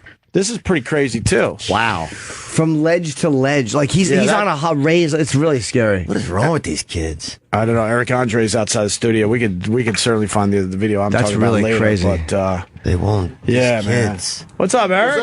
What's going on, buddy? How are you? I should have brought my laptop out. What's up, Theo? Good. How are you? What's going on? Not much. I like your hat. A great bit for our show. It came out so fucking. Oh, good. Thanks, man. Yeah. I wanted to show it to you. Has it aired yet or no? No, we don't start airing. That's what I'm doing now. Yeah, you're promoting season 4. Right, what's up, man? So, how are you? Good to see you. Good to see you, man. What's happening? You're talking about the Eric Andre show? Jimmy's on the next season? We did a. What was the Abu Ghraib? Oh, you guys on right now? Oh yeah, totally. We're serious? We're talking Abu Ghraib here. That always amazes me every time because we have headphones on. We don't just sit around with headphones on. I don't know. You guys look You guys are all looking at the. We try to look casual. Of the computer. No, we're looking at crazy videos where like they jump from building to building and Dana White parkour. Yeah, the parkour. But Dana White just tweeted a video where a guy jumps from one ledge to another ledge. That's the first time I've seen that. How do those guys not die? They do sometimes. I look up once in a while. They're Russian. They're usually Russian. They're like what's not ballet. What's the thing that people do? I'm tired. When they're climbing the cranes. Ballet. No, not ballet. It's the they're like the Olympics. Gymnastics. Gymnastic people. They're gymnastic people. They do. Are you talking about like the tightrope? Are they? No, the gymnastics. That's why you're talking about the guy that parachuted without the. We just saw that. Wait, so how did he live? How did he land? Big net. Huh. You haven't seen the video yet? Fuck no. He jumps out of the plane without the parachute. He's got guys around him in case something goes wrong, and then somewhere in there, the guy's like, "I got this." The rest of the guys leave him alone, so it's more impressive. And then he falls into this net insane. that they figured out. How cool! And he makes a quick twist at the end, so he lands on his back. Here it is. Here it is. Pete Barrington. Oh, there's audio too. Closest to him. Yeah, everyone's talking about this today. See, they're all close to him in case something happens. So he doesn't have a parachute out. The guy in green. But look how close that guy is, just in case something goes horribly wrong where he fucking says, fuck this. And then it gets to a point where the guy realizes, all right, I got it lined up. I don't need you guys anymore. How big is this net? There goes the oxygen mask. Now at 12,000 feet, he'll hear a beep in his helmet. That will tell him he's halfway home. What a rush. I don't know. These guys are out of their minds. Yeah. You can't see the net from where they are. No. I know, right? It's just scary. How do you know when the net probably comes up relatively quickly? I'd be so erect, I bet. No, I don't think you would be. You don't think? No. And now it's getting closer. The guys are still near him. I love watching the U.S. Challenger footage. You ever watch that shit? Oh, yeah. Oh, the explosion? Yeah, I'm so into that. Yeah. That and the hard Bud Dwyer all alone footage. for the rest of the way. And now he's alone. Oh, okay, there. They have to call it Luke Cam. Stop. Fucking name it Luke Cam. Move the sign. And now he's like, all right, I got this. And here it comes.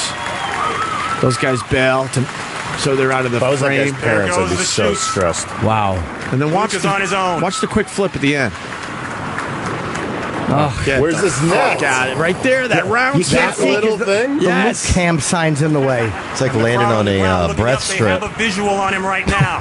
He's out of his Luke Cam. mind, Good. dude. Luke Cam. Move the sign. And then he flips. Bang. Oh my God. It's still good. That's so stressful to watch. I've never wanted to see anything go wrong so badly in my life. I'm looking at empty seats in the bleachers. Yeah, it wasn't a Who big... said, I don't know. I don't know. Not going. I'm not going. And that's how he died. That'd be great if they went up to him. He's just a corpse. That chick's hot right there. Come out and give us the official okay. Wow. Yeah, right there, he's shitting his pants. Yeah. They said a few dummies broke or whatever, and that's how they kind of timed out or the weighted out. They probably knew exactly how much weight he had, and I'm saying nothing. We get it, Jim. He's alive. But now they have so much intel now. Like in the old days, Evel Knievel, I feel like probably just did it and didn't have any clue about things. Yeah, he's hoping they'd put a net up on the way down. That's exactly right. I mean, they tried to figure it out, but yeah, they didn't have the computers or anything. There's some great documentaries on Evel Knievel, and they admit, we just thought, I think this will work. Let's give it a shot. He's got the Guinness World Record for most broken bones. Does he? Yeah. Was he really Johnny evil, you Knoxville, think? I don't think he's that evil. I don't really know, to be honest with you. He's probably medium. I think they're doing a bio miniseries or something. Yeah, what is it called? Bio docu. I don't know. George Hamilton played him. There was a movie. George Hamilton played him in the movie. Really? Yeah, George Hamilton played Evel Knievel in a movie in the 70s. Perfect casting. Yes, exactly. At the time. And Eric Andre just gave the same expression Evel did. Evel hated that George Hamilton played him. I'm sure. It's like real. He basically said, "Really?" He comes out in the jumpsuit and says, "Fear is not a word in my vocabulary." Yes. It's the whole beginning of the movie, but it's a shitty movie from 75-ish, maybe. But he started this shit. He ramped it up. He's the first guy, Bobby Knievel. Wasn't there a Bill Murray, Hunter S. Thompson movie that everybody forgot about? Too? There's two. Well, Where the Buffalo Roam. Yeah, Where the Buffalo Roam. Yeah, there were two. There was the one, and then Johnny Depp. Johnny Depp is the one everybody knows. Right, but then the other one knows about the Bill. Is that bad? I remember the name of that when I was younger. I don't think it's Peter like Boyle. I think Bill Murray's good, but I don't think it's that watchable of a movie. It's not that good of a film. It's not a good film. Neither one of them are, but they're both true to the book. Somebody told me a story about you. Tell me if this is true, because it's an amazing story. No, it's good. It's all right. Pointing at Vic. No. Somebody told me that you got a gig where you got to the gig and it was like outdoors and a guy handed you a megaphone. Oh, yes, me and David Spade, yeah. Okay.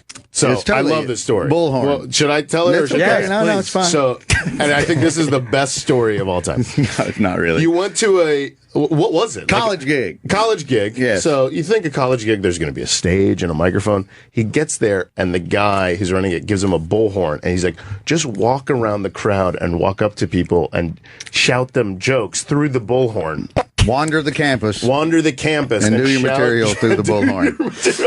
I was supposed to do 20, and then I was supposed to come back and give Spade the bullhorn, and he was supposed to do another 20 minutes after me. Just wander, same path or different path? No, wander the campus. Your choice. Whatever you want to do, just roam around. He handed me the goddamn bullhorn. Well, there was a band playing on the stage, and so Spade and I had wandered down naturally as the comics, thinking, well, this is where we'll be, on the goddamn stage. And the dude walks up and he goes, oh, no, that's their stage, and they're packing up all their shit and leaving. Yeah. And here's the bullhorn, and go roam around the room. Right. And you went, yeah, no problem. Could I get the check first? We usually get paid up top, and then bullhorn all over the place. And they were like, yeah, no problem. You got the check, and then you're like, feet don't fail me now. And As soon as he walked away, I'm like, where are we going? We're going to the fucking bank is where we're going. We're cashing this motherfucker within 2 hours. Right, we totally did. He's totally right. I love that story. I think about that every time I'm playing a college and people are ordering chicken nuggets behind me because they put me in the cafeteria at 3 in the afternoon. afternoon. Yeah. I think about that story. Those are and I just terrible think, gigs, How college can gigs, I man. get? How can I get the check before I? That's do what a show? Spade still to this day thanks me, because at the time we had never, either one of us probably hadn't made $100 for anything, and we were splitting like $1,200. And so they, so it was a while ago. It was it was ages and ages ago. Oh, I thought it was more. That's no, it was a million years ago. That's and it's awesome. when we started, because he was nervous. He didn't want to do it, and I'm like, we've got a contract. Actually, this is where we're going to win. Yeah. There's no stage, and we get paid for nothing. And as soon as the kid walked away, we ran to the car and went straight to the bank. Where colleges, Scottsdale Community College. Oh, Jesus. Did you ever get shit for not doing it? So no, not a word. They never called you. Never called the agency. That's never said a awesome. goddamn thing about That's it. awesome. Right?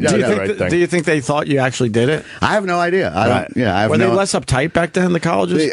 oh hell yeah. But they were the Fighting Artichokes. Right, this is one of the weirdest Artichokes. That's one of the weirdest mascots of all. No, that's right. Oh, you know, artichokes is a racial slur for sure.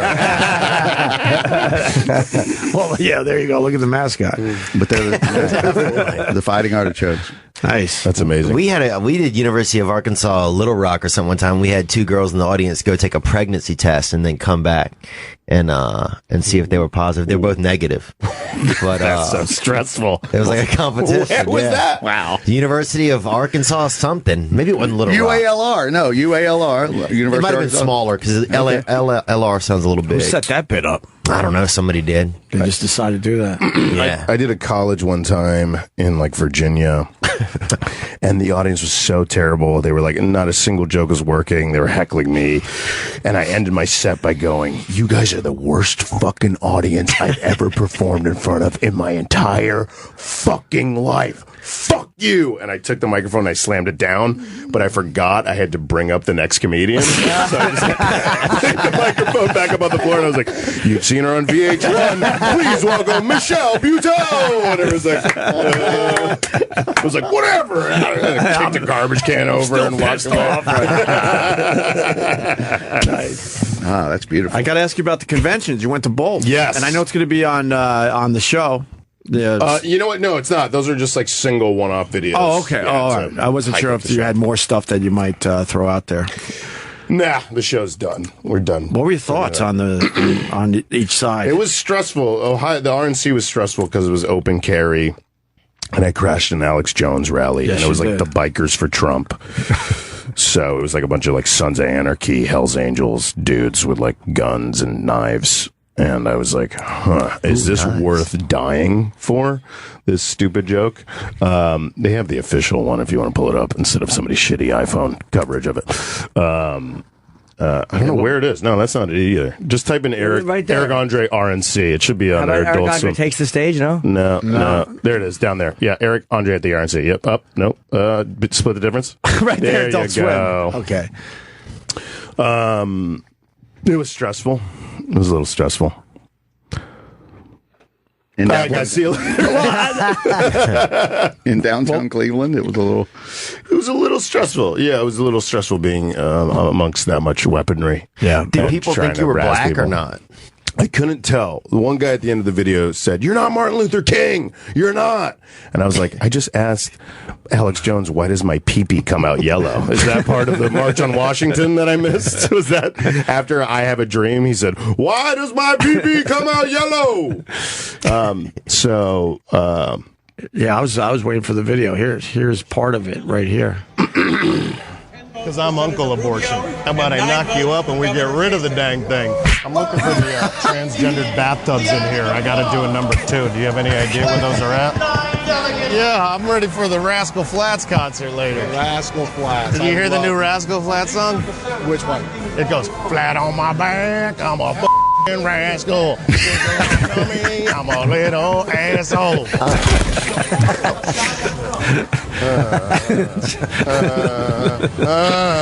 We're on Interview TV. We're interviewing people in the middle of interviews. That's what we were talking about, right? They're interrupting an interview. That's so heated. So stupid. Oh my. Black Lives Matter. This is an obvious outside globalist war. Alex Jones, Of course yeah. they come here and say, our veterans and our police are the enemy. Is that one of the Baldwins? This got a lot of attention. Here it comes. Alex, I just want an interview with Alex. Oh, the guy hits you. The scene is radical. Hey, let's bring the Daily Show guy up here. Why can't I? Yeah. The Daily Show guy.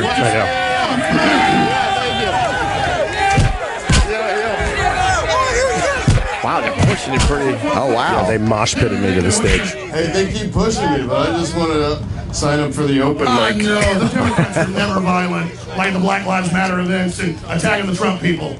I'm not a Democrat either. I'm a nihilist. I know. But the Daily Show's not a Pentagon weapon program. I'm not on the Daily Show. I'm on MySpace. Okay. Well, listen, I mean, you seem like you're upset. I want you to have sex with my wife. Jesus Christ. No, not at all. I really, here's my hotel key. I want you to have sex. Why does my pee-pee come out yellow? Now I know what's going on. I'm on your side. I'm on your side. I'm trying to get Zootopia tickets. Scumbag piece of shit. Get the f*** out of here. I'm trying to get on stage. I'm trying to get on stage. Oh, who is that? Is that trying to get on stage. That guy's from the Cobra Kai dojo. You're not Martin Luther King. You're not. You're not. Coachella sucks this year. That's very funny. That was great. Really funny. There was real anger in that crowd. Yeah, though, they were upset. Were you a little worried? I was worried. When they were pushing around a bit? Yeah, it was a little scary. Yeah. What was the interview called again? What did you call that segment? The interview TV. Oh, yeah, interview TV. Interview in the middle of it. I appreciate that. That's really good. Fucking guy's doing an interview. He just starts talking to him. Why would you get so mad at that? The camera guy was losing. It was hot-blooded there. You would have to laugh at that shit. That would make me laugh. Which side was more exciting? The RNC was more exciting. Really? The Republicans were better straight men. They were more hot-blooded and easily angered. The DNC, everybody was like high and sleepy. Yeah. A lot more weed. A little politer. And I couldn't get into the convention. We got our press credentials revoked. Why? At this thing. The fuck? Look up Eric Andre Freedom Girls. There's like a 45-second. Freedom Girls. All right, let's. Freedom Girls. So they heard about it and took your press credentials? Well, we did this, and the Secret Service and the cops escorted us out.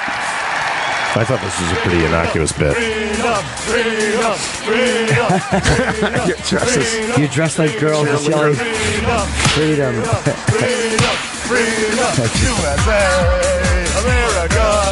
Yeah, I can see that. These credentials. The Freedom Girls. Oh, wow.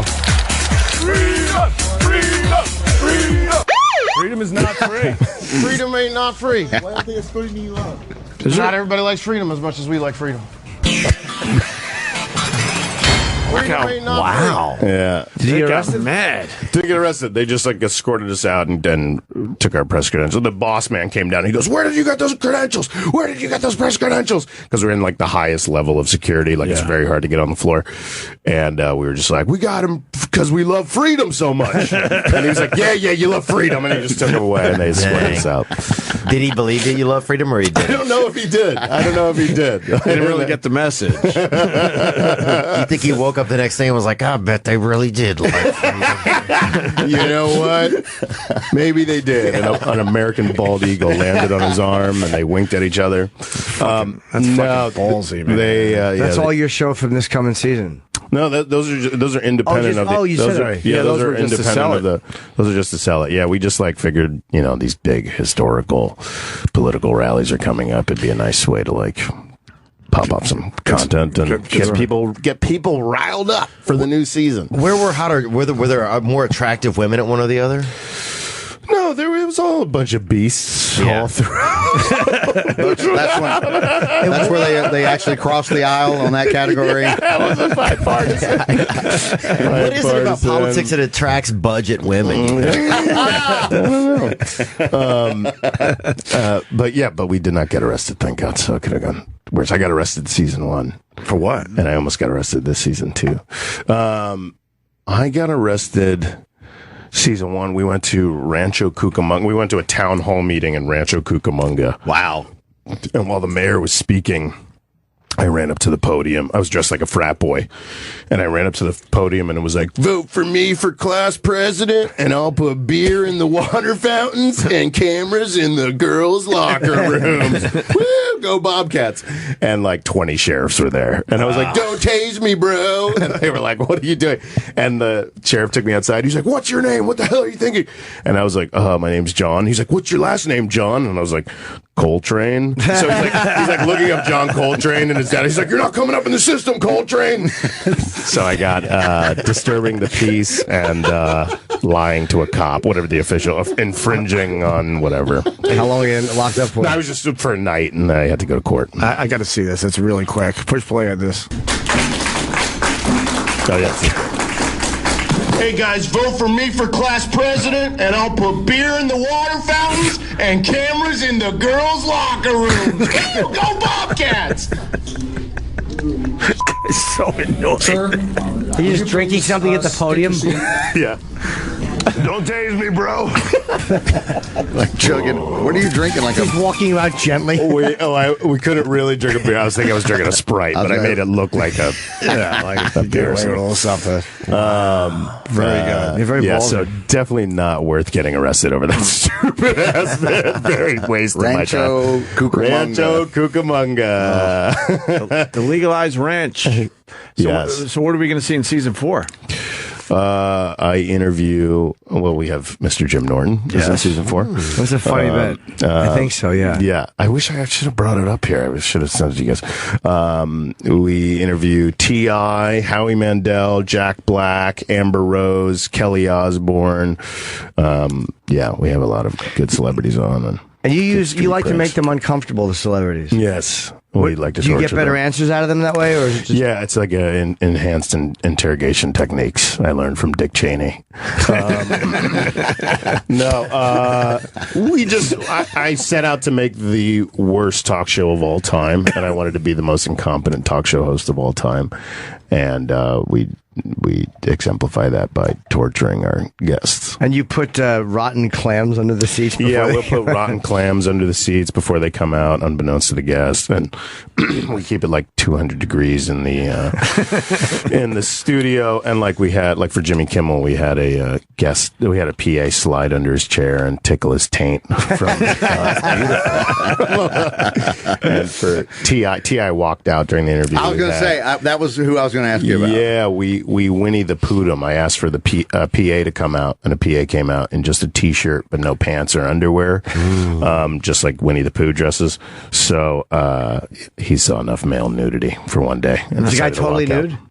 He was half nude. Yeah, dick and balls out, but he had a shirt on. He's a gentleman. Do you think he overreacted?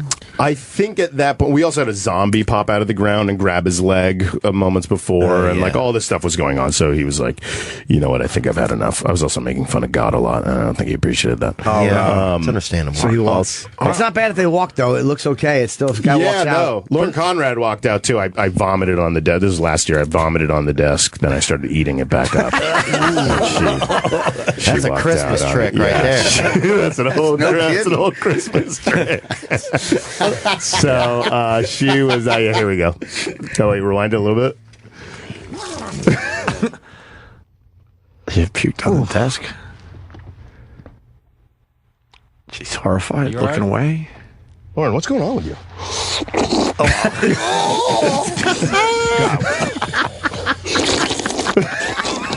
She's dry heaving and she runs off the set. She's like, fuck this. Was she pretty hot in person? She looks she looks good. Yeah, the best is trying to watch her navigate that door. Yeah. She's a great guest. Of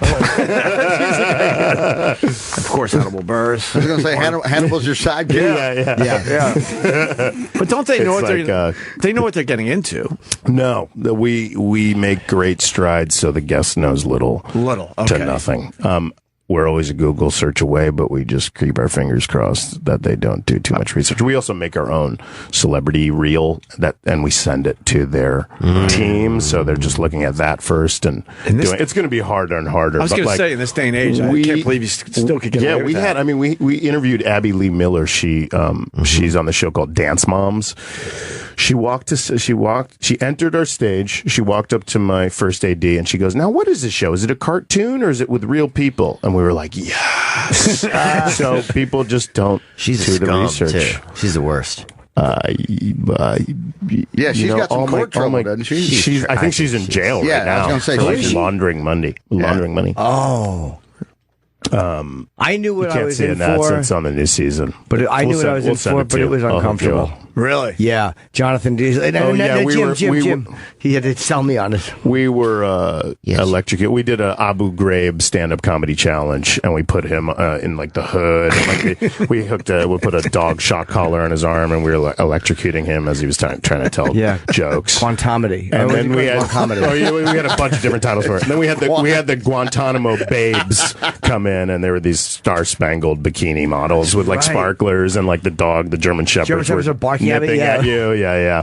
It's a great bit. I should have sent it. It really hurt too. They were really shocking me. Yeah, I was doing my act, and they weren't going to tell me when. And you really do yell when you're being shocked and you're blindfolded. Oh, I can't wait to see. Well, this. we also put the shock collar on him, and I think did we test it on you first? Yeah, we put it on you in the green room, and we put it on like a 2 or 3, and then when he got out on stage, my director like cranks it to 11. Yeah, I really felt it. Crank it up to German. On my fingers too. You tie it around your fingers. We've done the shock collar in here. It hurts. Remember when E-Rock was had to come up with one joke? Remember that? That's right. I think Patrice was working that. Patrice O'Neill was working that back in the day. I'll tell you where it hurts. Right in that little soft part of your bicep.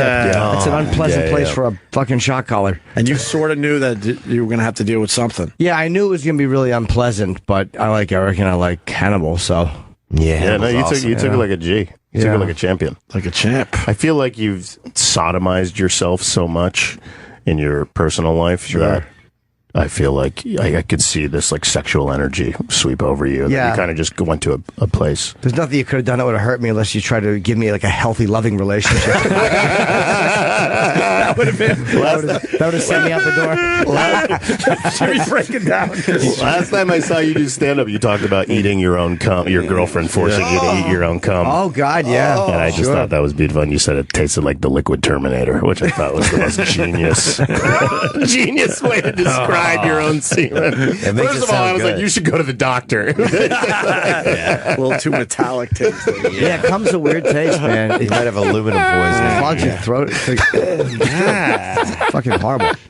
Have you ever played with poo-poo or pee-pee? Are you into that kind of stuff? It's disgusting. I've tried it. Yeah, it's disgusting. What, you shit on somebody or somebody shit on you? Well, they shit on me. Yeah? Prostitute or a girlfriend? No, dominatrix. Really? Yeah. Pooped where? On your chest? Chest, yeah. They pooped on you? Yeah, it was horrible. And were you just like, this isn't for me? Or did you jack feel off? like a silly goose. What time of year? What time of year was it? This is Why does that matter?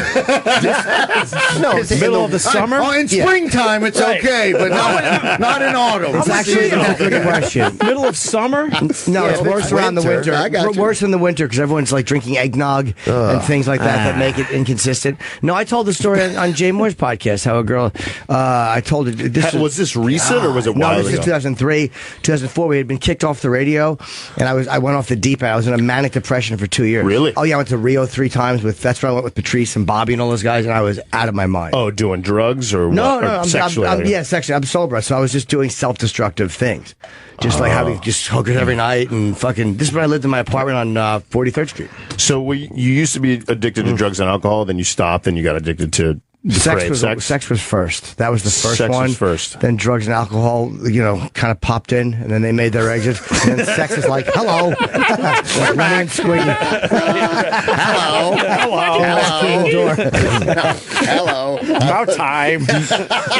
We're back. You think you'll get better or not? It's hard to say. It's so, how it is, so addictive Yeah. with the phones. I don't even really fuck now. I'm like, very rarely. I'm Are not you even dating someone now? I date casually, but no, I don't have a girlfriend. But it's You just jack off. a lot of it, and even when I'm not even jacking off, it's just the idea of when you're communicating through text, you get floaty, and it's like a high feeling from all this talking, and it's this weird ether feeling you're getting, and you're never coming down from the high. So it's like it's changed from not even doing anything with people really. Occasionally playing with people, but I did ether on stage one time. What did it do to you? There was a show. It was like a weed comedy show. We get blazed and tell jokes, but I hate weed. I don't really like weed. Like I can smoke if I'm by myself at my house and I'm about to go to bed, but that's it. So I had this leftover ether from a birthday party, and I asked the host, "Can I huff ether on stage?" She's like, "Yeah, there's no rules." It was fantastic. Was it I Doug felt Benson? great. I felt great. No, it wasn't Doug Benson. Okay. But I felt great. A lot of cat killers. A lot of animal killers use ether. Do they really? Why? Yeah. I don't know why. What does ether do to you? I don't even know. You ever seen Fear and Loathing in Las Vegas when they're huffing the ether and they're like barely able to walk and stuff like that? I remember the movie. It's been so many years since I've seen it. That's only if you do like a ton of ether and your brain starts to cook. But if you just huff a little bit, it just gets you. It's like an inhalant. You didn't have to sit down or anything. You were able to stand. Yeah, I was okay. He's a standing ether user. Yeah, I'm a standing ether. It was great. Do you see Love, Liza? Philip Seymour Hoffman wrote and directed it. It's about he finds his wife commits suicide, and she leaves a note. And the movie is basically about him walking around and he can't read the note. He can't make himself do it. It's really depressing, but he starts huffing glue. It's a fucking weird... What is this movie? It's called Love, Liza. And it's a very sad, odd movie. But him huffing glue, you just made me think of that. I wonder if anybody had seen the movie. Wait, when she shit on your chest, did you just go, okay, and then get up? What's the aftermath? Do you just go, okay, can I go to the bathroom now and clean up? Yeah, well, you're in the bathroom because you realize it's not about that. It's gross. Yeah. It feels gross. Yeah. It's never pleasant. Yeah. You just think like, there's never a moment where you're like, oh, this is a delight. Yeah. Did you have an eyes wide shut mask on like a giant?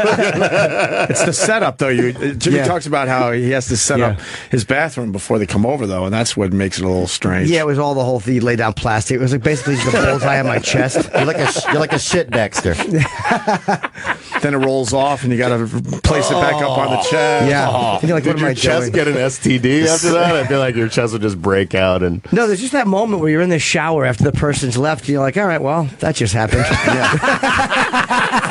Do you text them after or anything, or it's over? You'll still talk. I mean, again, it's the high of the inappropriate. It's not like what the thing itself. It was the idea of the inappropriate. Sure. But that's changed now. It's like the inappropriate for me is just like conversational. Everyone has to come in, or they have to leave the building. That's why everyone's entering the studio. what the fuck's going on? Is Somebody that real? wants something. Somebody wants something. Is that real? It's a drill. But if you don't come in the studio, then you have to leave the building, and it's a whole thing, right? It means Howard It's a pain Stern's in the leaving ass. right now. Howard's leaving everybody in their separate rooms. But they made a deal. If you're in a studio, you don't have to leave. See, everyone is exiting the building, and they say it's a fucking nightmare. How long does it take? 40 minutes. 40 minutes. That's why everyone just ran in Yeah, here. so before you go to your next interview, wait a second. I mean, they love you. What's but, that? I pulled the fire alarm, actually. I could have. You got to go to Sway, they're saying. I was like, fuck this shit conversation. City. It's too gross. One other question, you do have to leave, but, you've had a lot of walkouts, but has anyone confronted you? Like, well, fuck you, now I got to, really No, confront not you? really. The most intense was Lauren Conrad. Like, her publicist was... I before I puked, I drew a swastika on my forehead like Charles Manson with lipstick. I put lipstick on, then I drew a lipstick swastika on my forehead. Yeah. And her publicist tried to use that as leverage. She was like, I'm black and Jewish. So she was like, my family died, my great grandmother died in the Holocaust and blah, blah, blah, blah. And I was like, lady, I'm black and Jewish. Hannibal is black as night. My director's Japanese and Jewish, and my producer's name is Joshua Cohen. We're not exactly the Aryan nation. Right. Like, relax. And we realized that was her only chip. And it was really the vomit and the whole experience that pissed her off. But the best part was, so she's yelling at everybody at Adult Swim and yelling at my producer and everything.